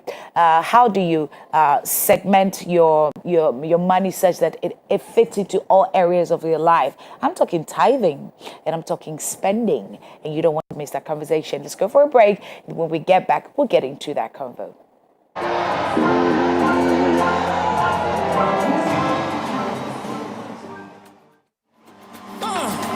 Everybody, move up, move up. Let me sing it.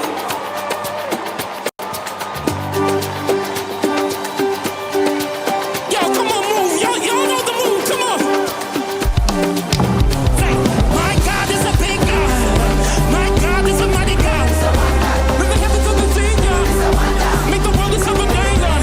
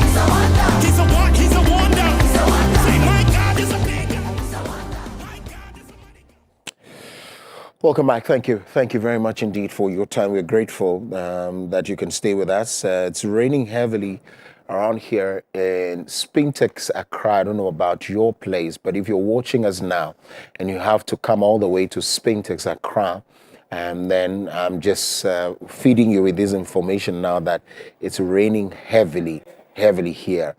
And so you want to call your friends and check the weather before you set off from the house if you have not already done that, right? Let's talk now about the mid-year money check, budgeting and tithing.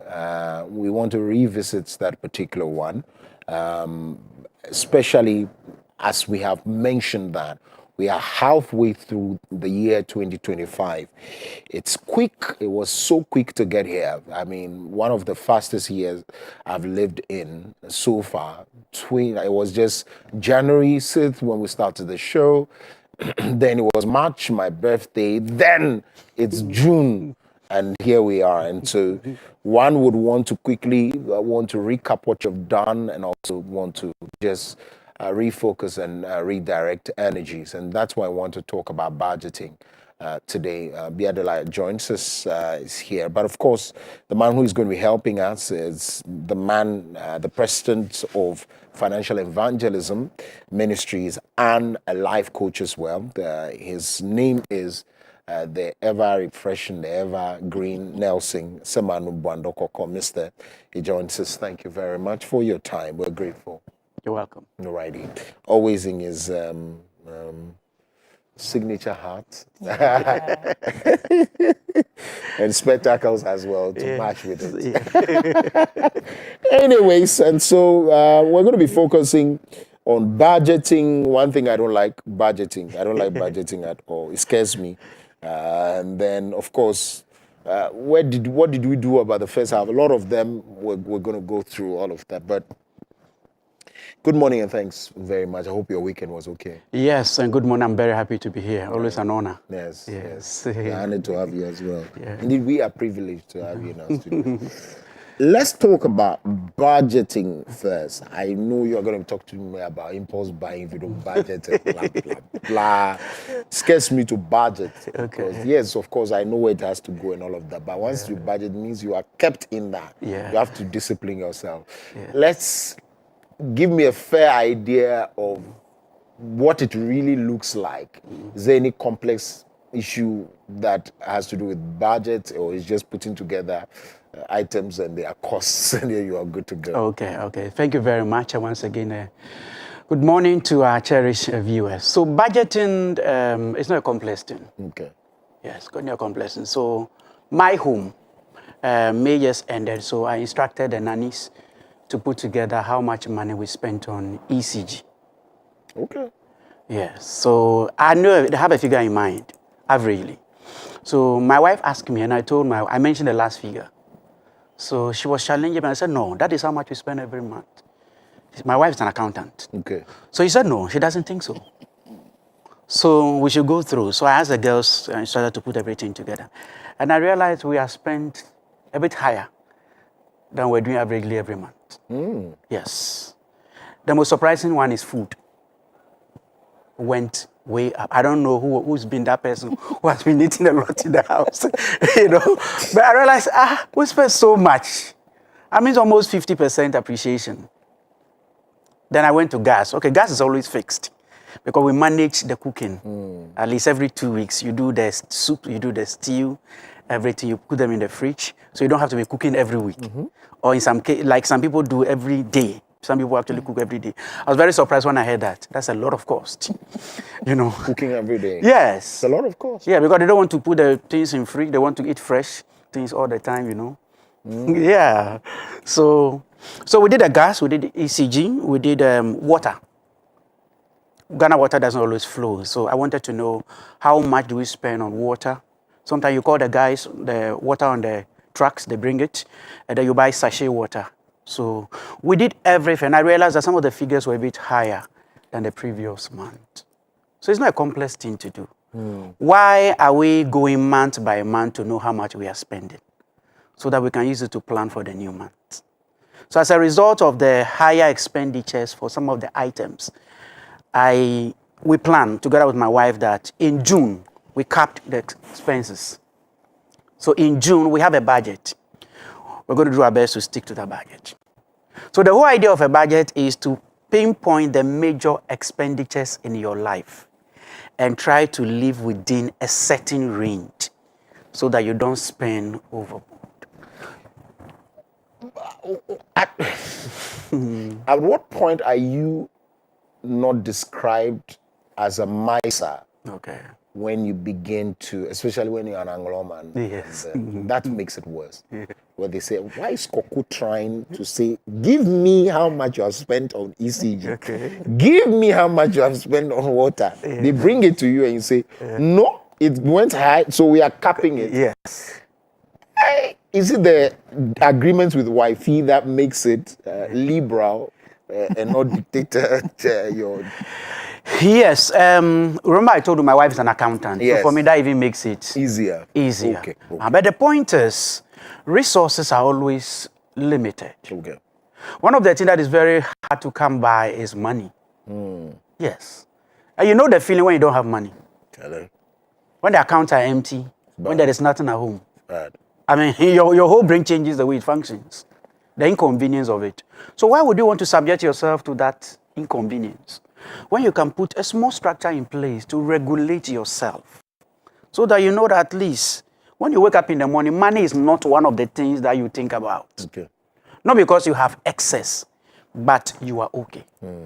So compare that feeling of being okay, no pressure, with always having to be jumping up and down and be thinking so much, when am I going to get the next money? It's a choice to make. I see. Very interesting. Very. Well, I would have said, okay, let's leave the budgeting for men. Okay. Then the women will follow suit because mostly we fall short. We see a green bag and then we want to, scrap the budget for this month and then we want to buy that because it's nice, it's bougie, it's classy. Makes us makes us look good. You have a program that's coming up and then, all these miscellaneous, right? Well, you will call it miscellaneous. For us, it's very important. It's very important. Okay. But I am more concerned about the tithing bit. Yes. I understand that is financial stewardship, so to say, for the kingdom. So we have people who fall short of that. People do 90%, even 90% of their salaries, giving it as tithe.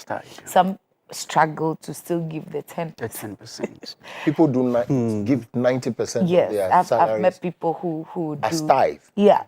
As tithe. I know you're there. May the Lord locate you.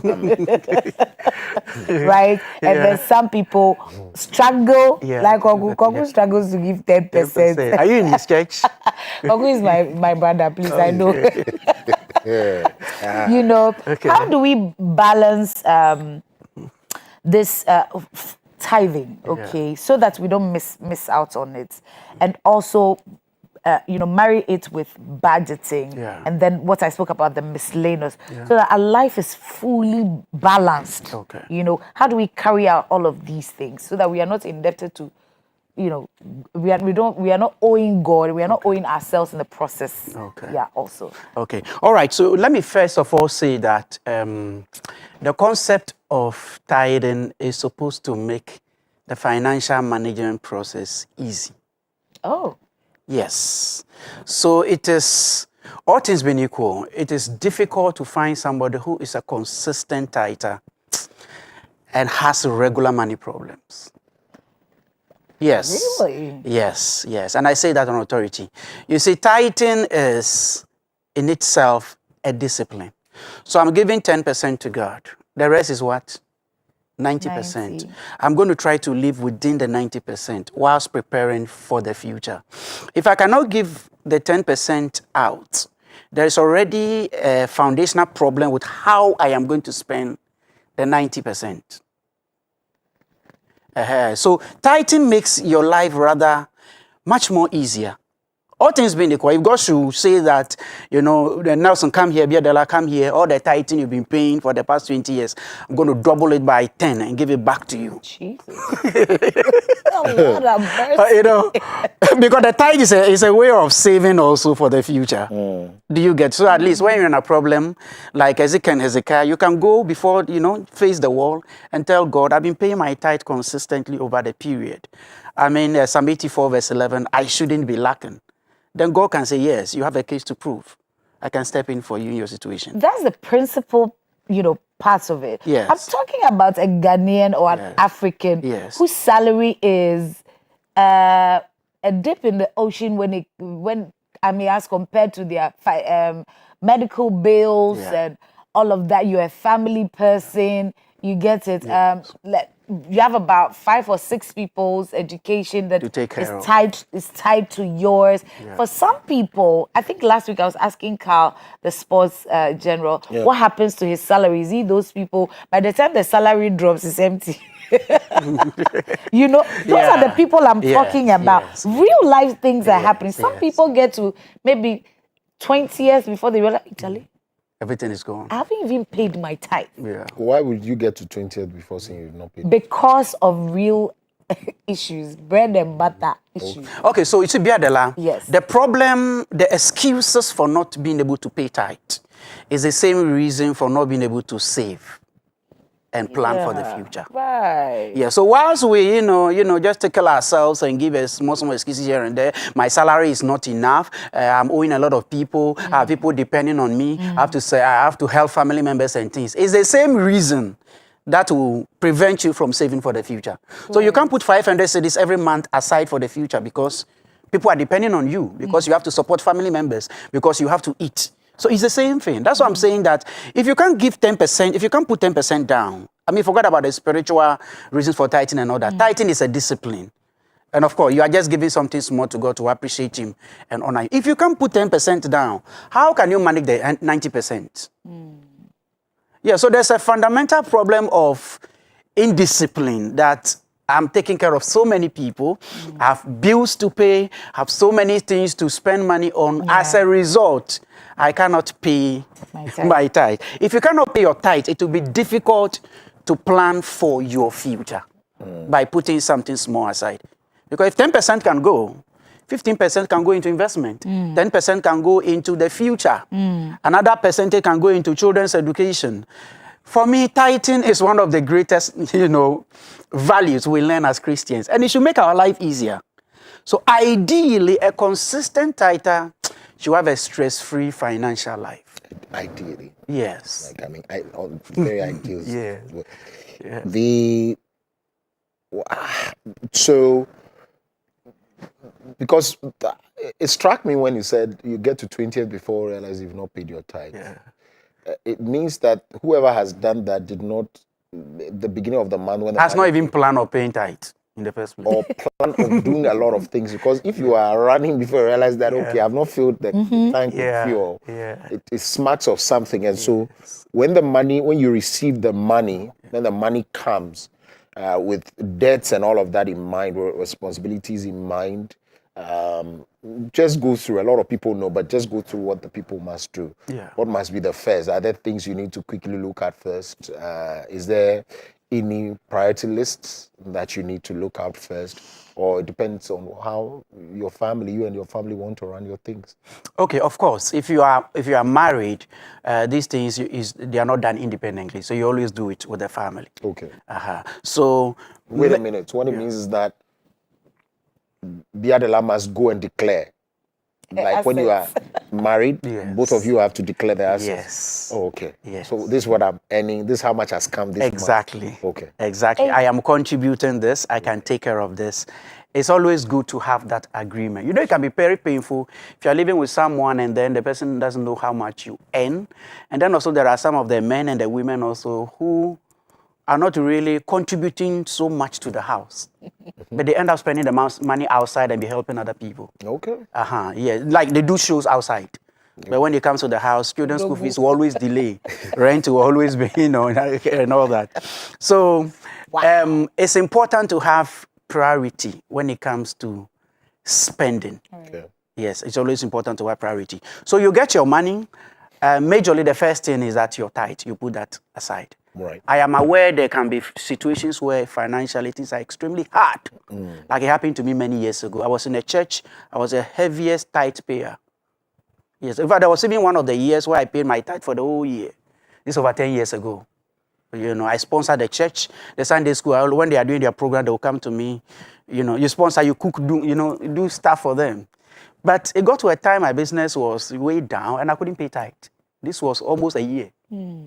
Yes, I was owing here, I was owing there. Life was very miserable for me.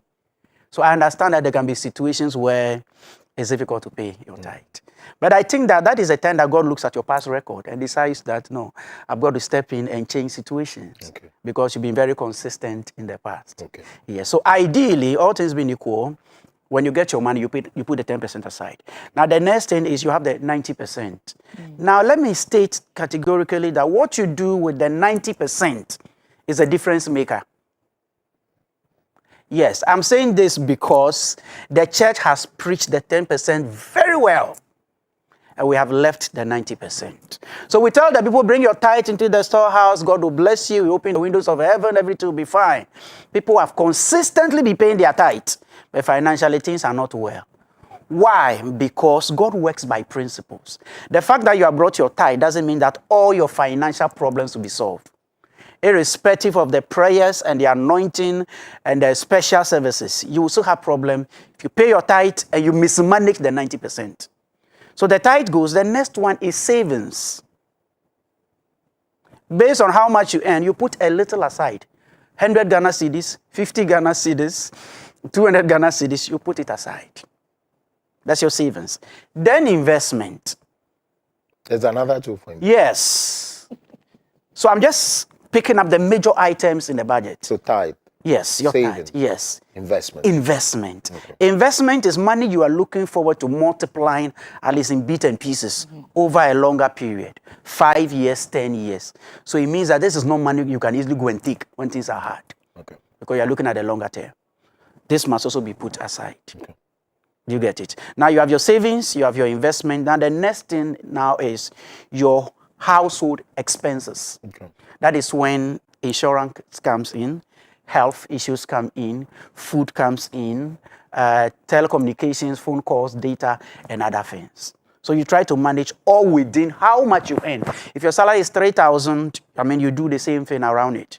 If your salary is 5,000, around it. If it's 40,000, you work it around it. So tithe goes 10%, you have 90%. You spread the 90% among savings, investment, and your major expenditures.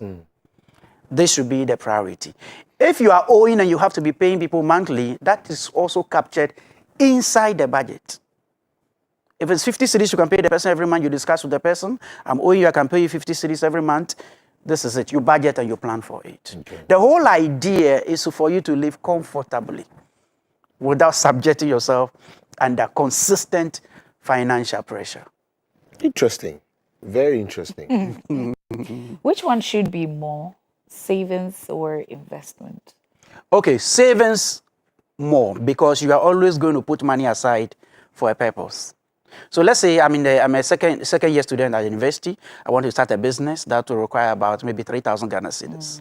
So I need to be putting money aside so that I can start that business in the next 3 months. Remember, starting that business will help me generate more money to be able to continue the savings and the investment. We save for a purpose. So the savings, if possible, should be more.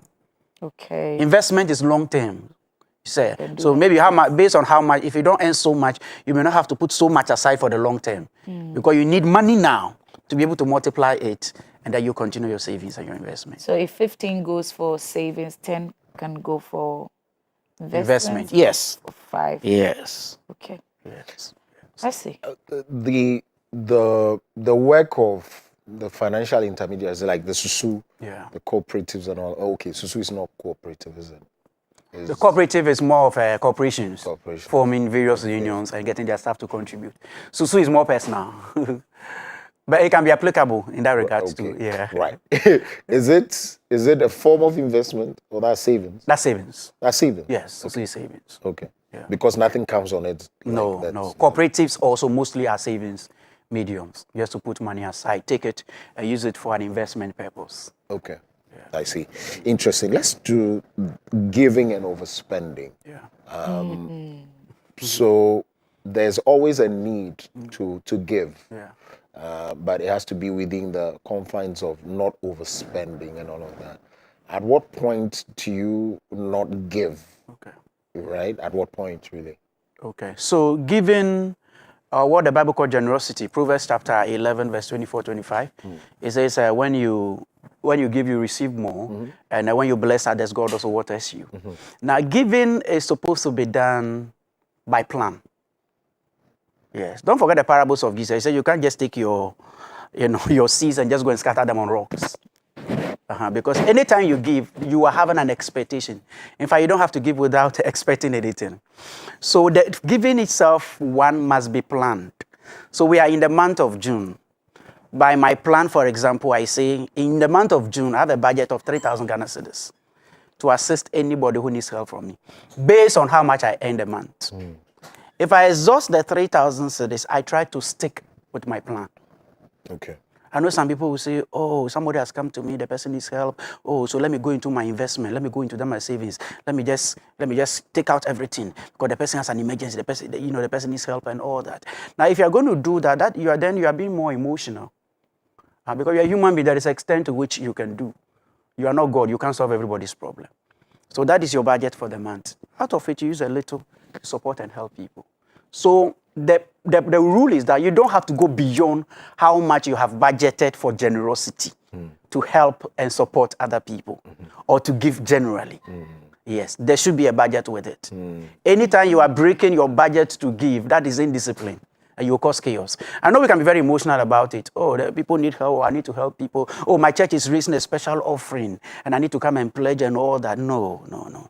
Just stick to your plan. Don't make your life too complex. Just stick to simple schedules and you will always be fine. Yeah, because if you do things out of emotions, I want to help this person, I want to help that person, you are helping everybody even more than God himself. Right. You realize that you are the same person who is always hot. There's certain when you are hot too, all the people you call and WhatsApp, they will give you stories. They'll be cold. You are hot, the guys are cold. So just do the little you can. The world is big. Right. Yes. I see. Interesting. Time check, 9:29 a.m. Remember, it's the 9th of June. We're still talking about some media re-strategizing, right? Where you have to look at budgeting and tithing within that space. So there's budget and there's tithing on the side, right? We'll take a break. When we come back, we open the phone lines for you to ask your questions.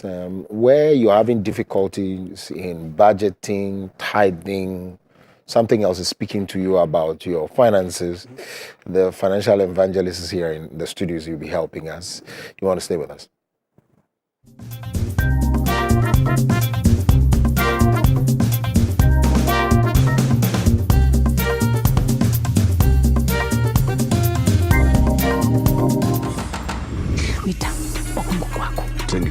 So much love in the air.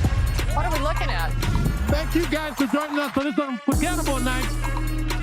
Paw Patrol is on. It's Max Verstappen in the lead. The megastar is here. Absolutely sensational. Let's go! Just taking a trip down memory lane. Get unbelievable entertainment that is unbelievably easy to own. Get and stay connected to DStv. Every morning begins with you, your routine, your goals, your journey. Get ready for the day with us by your side. This is Wake Up Africa, your inspirational morning ride. We bring you the energy you need, the insight, and the motivation to kickstart your day. Wake Up Africa is here to connect you to the latest news, your front row seat to all the sports action. Get moving with us for a healthier you. Wake Up Africa gives you daily forecast, keeping you prepared for whatever comes your way. Join us each morning as we start your day together. My name is Kokulumo, and welcome to Wake Up Africa. Hooray! Hooray! Dominion TV is now also a digital terrestrial free-to-air channel. This means you can watch us in Ghana from your digital TV without any subscription. Just rescan your channels on your digital TV to access it. How? On your digital TV, press the menu or settings button and choose auto tuning, auto search, or the appropriate options to scan your channels and look for Dominion TV. Enjoy some of Africa's best Christian lifestyle programming from Dominion TV.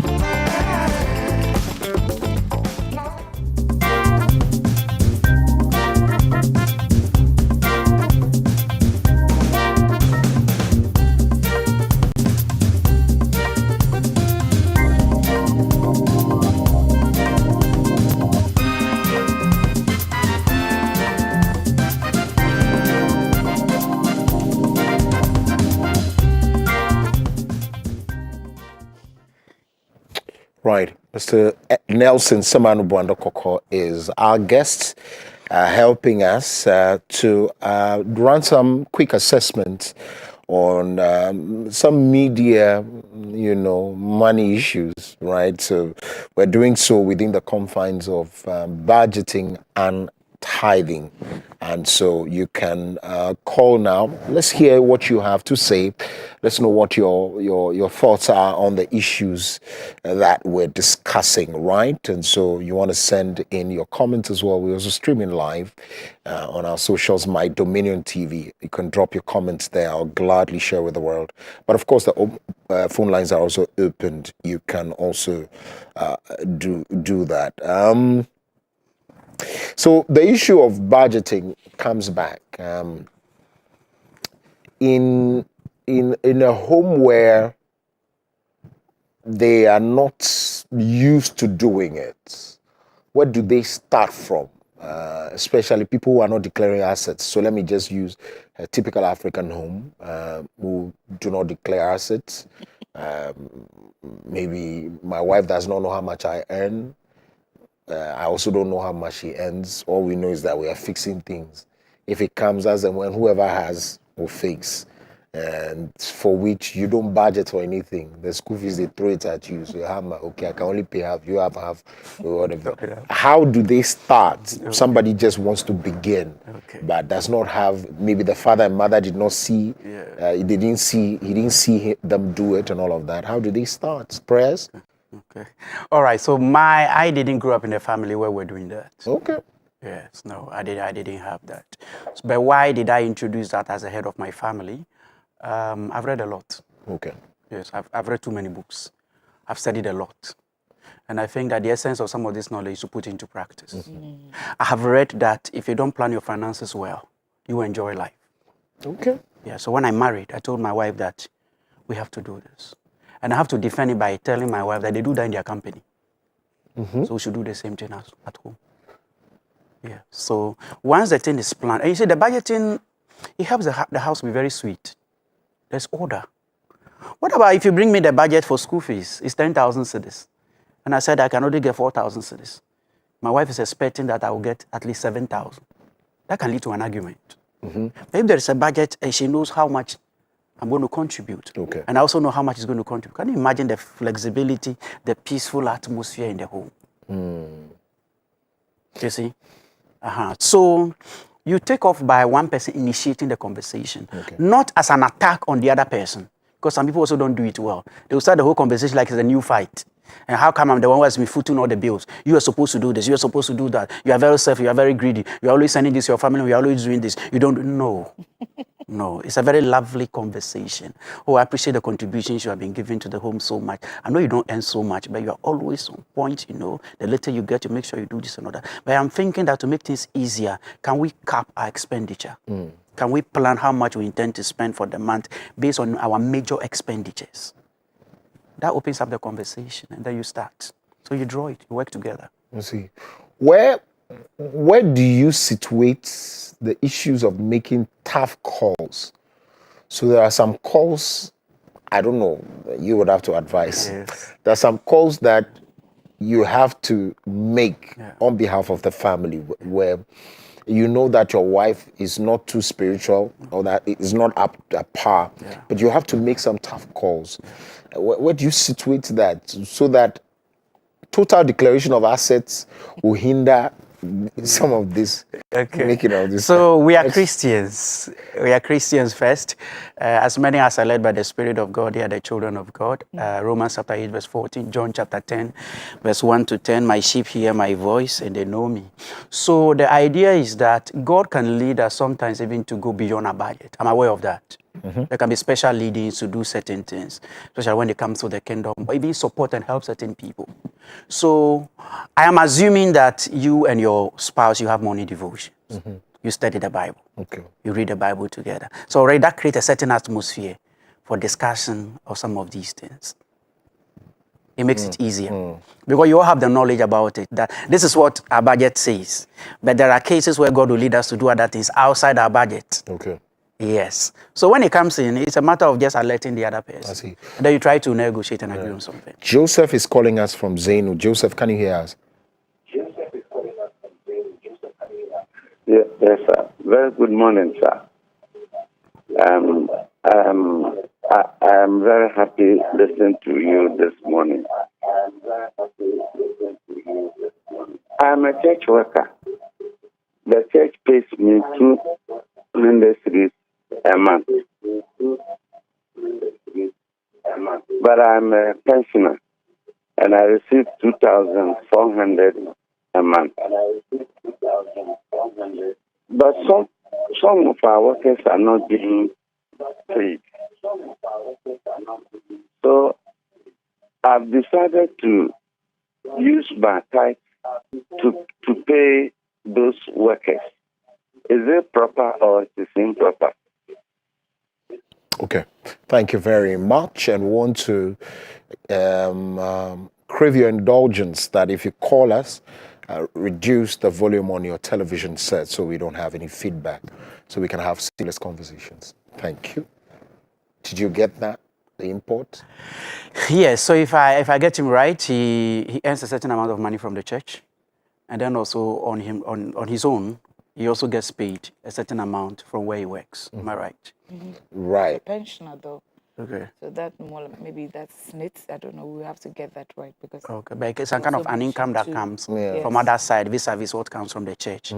Okay, and he says he uses the other one to sort out some other people. He uses some his other tithe. workers. His tithe. Okay. To sort out people who in the same church are not paid as he.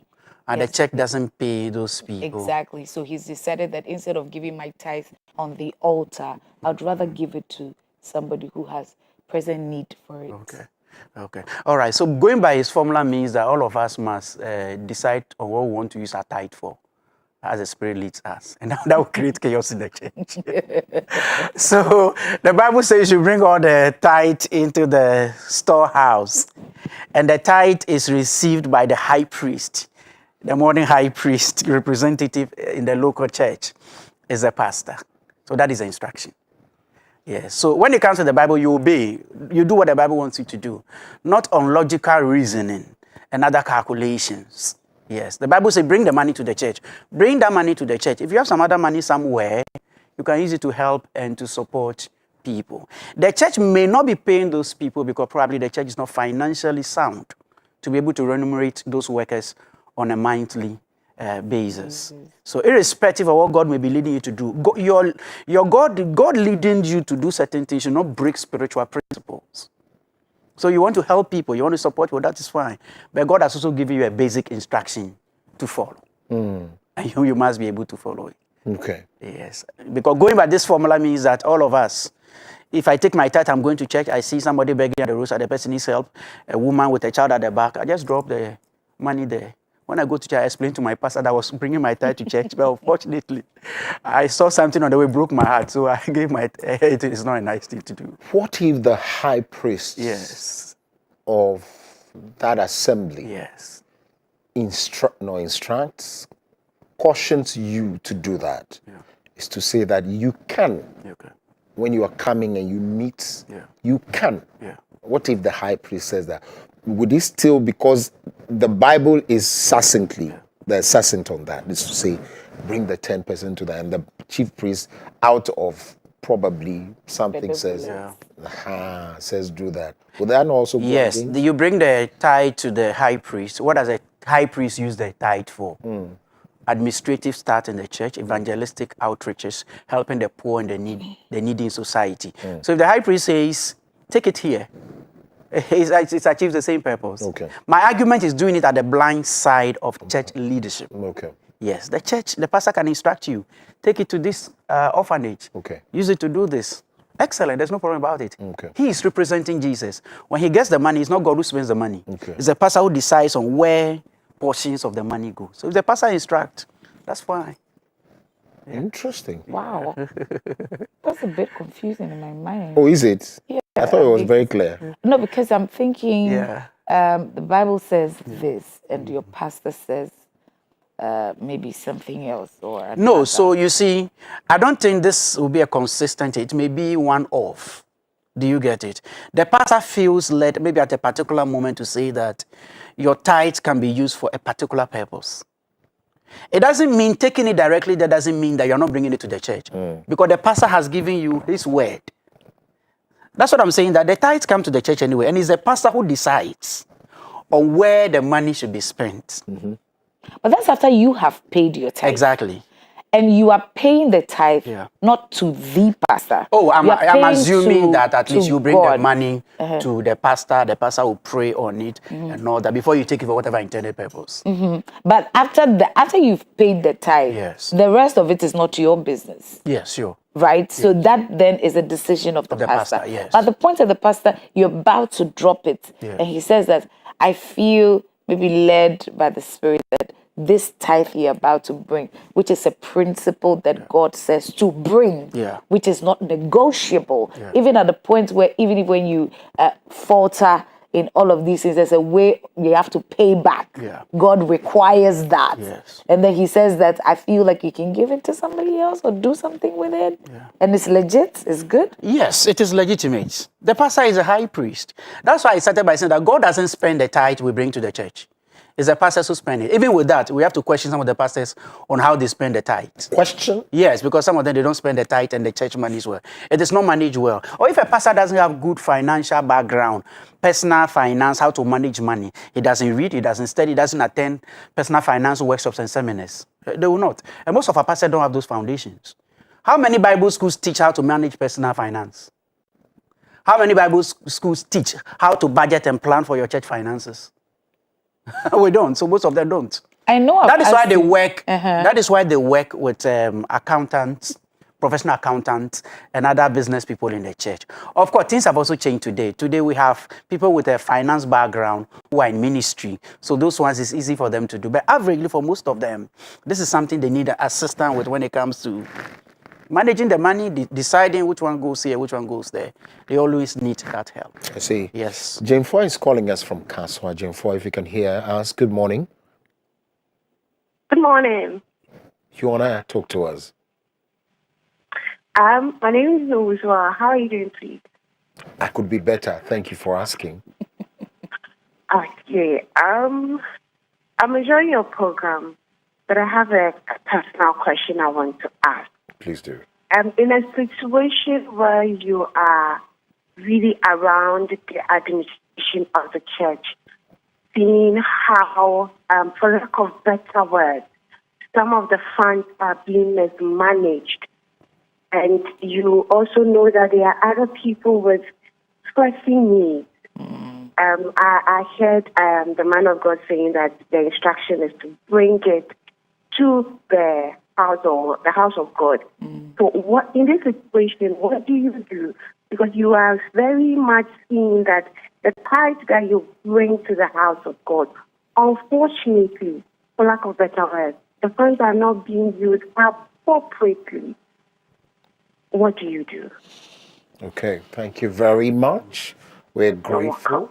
Right. We just have to be very cautious that we don't go off the topic and go into places. But please. All right. Okay. So, first of all, I want to say that we should stop always attacking the tithe. After paying my tithe at the end of the month, don't I have other sources of money that comes to me? that I can use to help and support other people. Why should you always be the tithe because I think my church is mismanaging the money? No, let's be honest with ourselves. After paying your tithe, which is just 10%, there are other monies you get from plenty places. People dash you money. You do some extra businesses, you get monies. Those are the monies you're supposed to use to help and support other people. Wait a minute. Yes. You say yes. that my salary, yes, I take 10%. Yes. When somebody gives me money, yes, I cannot pay. I don't have to pay tithe on that. Oh, the principles. You see, your tithe is supposed to be a conglomeration of the income you get in a month. We always use salary for the purpose of easy communication. Okay, cool. Do you no, get because it? you had said that the others are to give to people. That's why I wanted to be clear. Yeah, so if you pay your tithe, let me say of 1,000 cedis, Right. then you get some 1,005 from somewhere. Right. Even if you take the 10% out, you still have a lot. Right. You can use it to help people, support family members, help some of the church members, and all that. I see. So we should allow the tithe to relax a little. Yeah. It's So like we whether always want to attack the tithe and, whether the person's using it judiciously, not. I've said on this platform that there's nothing wrong with calling for a meeting with your pastor. Okay. If you think that your church is mismanaging the monies that come from people, because people struggle to get money, bring it to church, and the pastor spends it anyhow. Okay. It's not right. Okay. Yes, so you have a Kwame conversation with your pastor. Right. Kwame is calling us from Sawam. Kwame, can you hear us? Kwame, good morning. Good morning. How are you doing? I could be better. Hope all is well with you too. By all means. Great.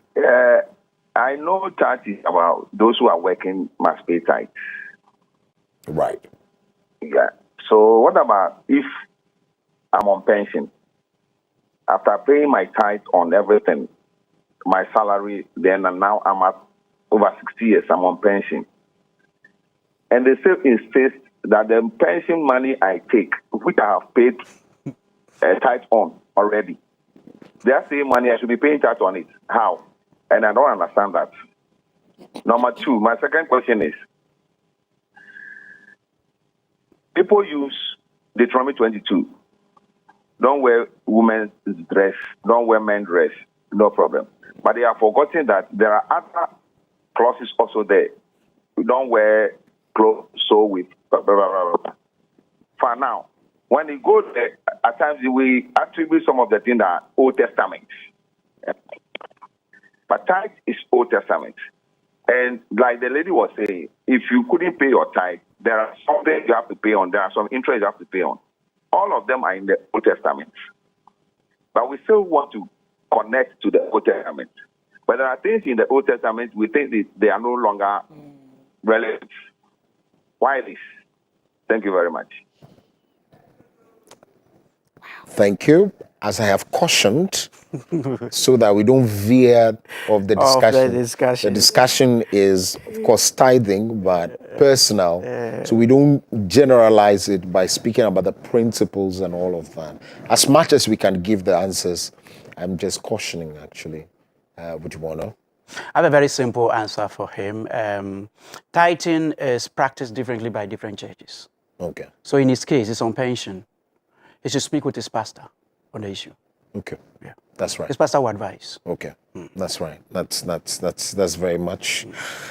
So, any question from you, Biadela? Well, I'm just soaking it all in really nicely. No, I mean as a listener, a viewer. I'm soaking it in also because there's been lots of conversations about tithing and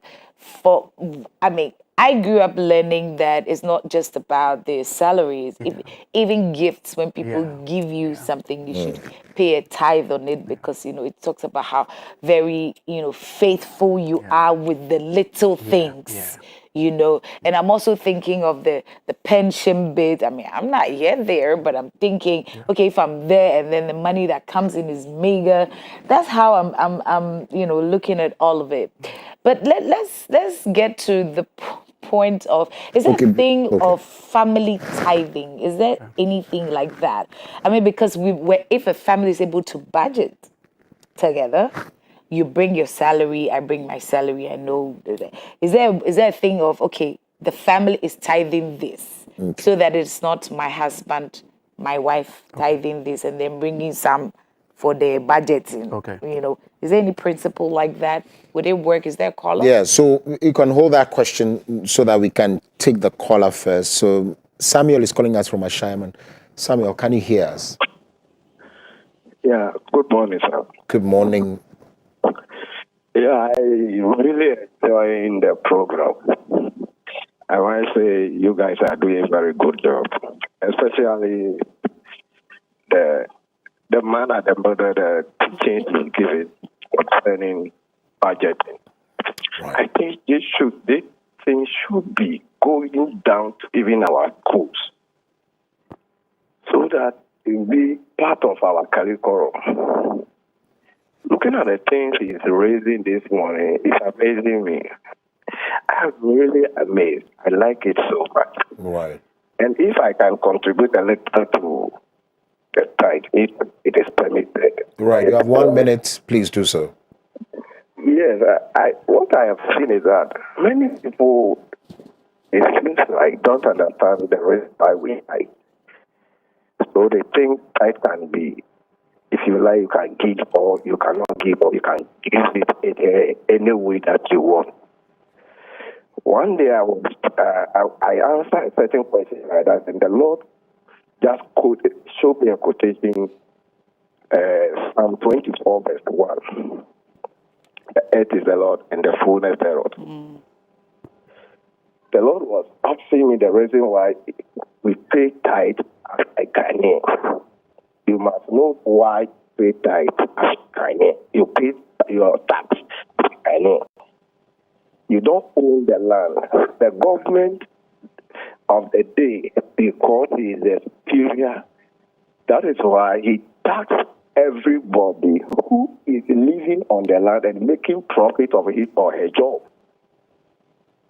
The land is for God. There is no way you work on somebody's land and you not pay tax to the person. Okay. It's not acceptable. Okay. That is why guns are the chiefs, our chiefs, and all these people take tax from everybody that is on their land. Right. I think it's clear, very, very clear. There's also a question before we come to Biadalas from Facebook. Atar Selom Pascal says, "Good morning, Sir Nelson. This is Selom from University of Ghana. I know you. Right. I'm one of your highly cherished followers. Wow. If I make 1,000 cedis a month and I am not married but wants to plan my life so I don't get broke or poor or in some time to come, what should I do?" Right. What should I do? 1,000 cities. Okay, a month. So 1,000 cedis, how much are you paying for tithe? That's 100 cedis. Right. Yeah, so I always want us to understand the concept of tithing from this. Tithing is an honor. You're honoring God. Okay. Yes, because, who gave you the 1,000 cedis? It's God. If it's a dash, God touched the person's heart. To do so. To do so, and he can do much more. So giving God 100 cedis is just an honor and saying thank you to God.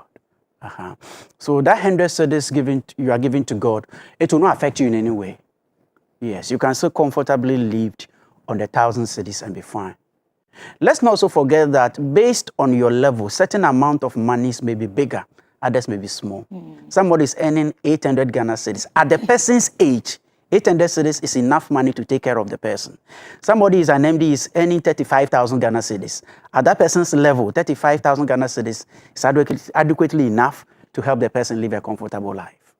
So yes, you can pay your tithe on the 1,000 cedis and you will be comfortable. You know, the other problem also with tithing among Christians is that fear. If I live on the 900 cedis, it will not be enough for me. I will be hot. Life will be difficult. Things will be. But why don't you have the belief that the same God who gave you 1,000 cedis can also open a door and give you 30,000 cedis? He can do it. You don't have to be afraid. Right. Giving God that little portion, it won't spoil anything. Right. It won't get you handicapped. Okay. I understand there's a caller on the line. Hi, good morning, and thanks very much for your time. Hello, good morning. Good morning. Yes. My name is Menefo from Sakari. Right. Yes. First, I want to commend the channel for bringing this content to us, a godly content, and some of the discussions have godly perspectives and all that. But to contribute to kudos, right? To contribute to the discussion on budgeting and fighting, I believe that finance has been a major problem in our home. Everywhere there are disagreements, even in families and things like that. The issue of financing and spending in homes, that has caused most of family problems and marital problems. So like the previous caller suggested, it could be some conscious effort to have this thing formally introduced at what form of education or whatever, would be allowed of. But then I'm responding to a caller that said was a pensioner, and therefore having paid his tithe all his life, and now receiving pension, why they need to pay tithe again. So I feel that the reasons we tithe, the rationale and the reasons why we are tithing is not a hope to some of us. The Bible is clear on tithing, like has been said. But there's always a promise. Why are we tithing? When we lose that promise, that reason we are tithing, that is when change arises, whether we should tithe or not. So I believe that the Bible is clear that He will rebuke the devourer and also bless your storehouse. So as a pensioner, do you think you are facing issues with the devourer? Okay. All righty. So she sought to answer the question. But we still would want to tell, I don't know if it's, tell our caller, the other previous ones, to go to the pastor and discuss this so that it's clearer. Biadela was asking a question, whether or not, yes. Yeah. So you have the man and the woman. The man pays 10% of his income, the woman 10%. Okay. That will be incorporated into the budget. Okay. Yes. If the family feels that we want to do something extra for God, beyond the 10% from here, 10% from here, they can agree and do that together. There's nothing wrong with that. So tithing is always individual? Yes, tithing is individual. But you can decide to do that as a family. Just like corporations also decide to do. We are tithing as a company. That's what I'm saying. That is a way of honoring God and a way of positioning yourself so that you can give more to push the kingdom of God. Okay. Because sometimes we make the tithing look like some kind of a military, hey, you have to pay, you have to pay. No. I see. That's why some do more than the 10%, because they feel that looking at how God has blessed me, how far He has blessed me, I used to earn 5,000, I'm now earning 45,000. Let me do more for God. Right. Yes. Anyways, that's Mr. Semano Bwando Koko, and he's the president for the forgive me, Financial Evangelism Ministries, and also a life coach, always helping us to understand the issues of finances, at least by by June, dear. You should become very disciplined. Like be abreast with all of us, right? But of course, coming up at 12 midday is 1 million strong. We want to join the movement. The theme is No More Limits in My Word Study. And of course, with Bishop Franklin Nyaku joining us at midday. And so you want to join us for that, even as we pray for ourselves. We're back to do it all over again tomorrow. This has been Wake Up Africa. My name is Kokulomo. And my name is Precious Biadala. Thank you to The Bank Hospital and also Gino Tomato Mix. See you tomorrow.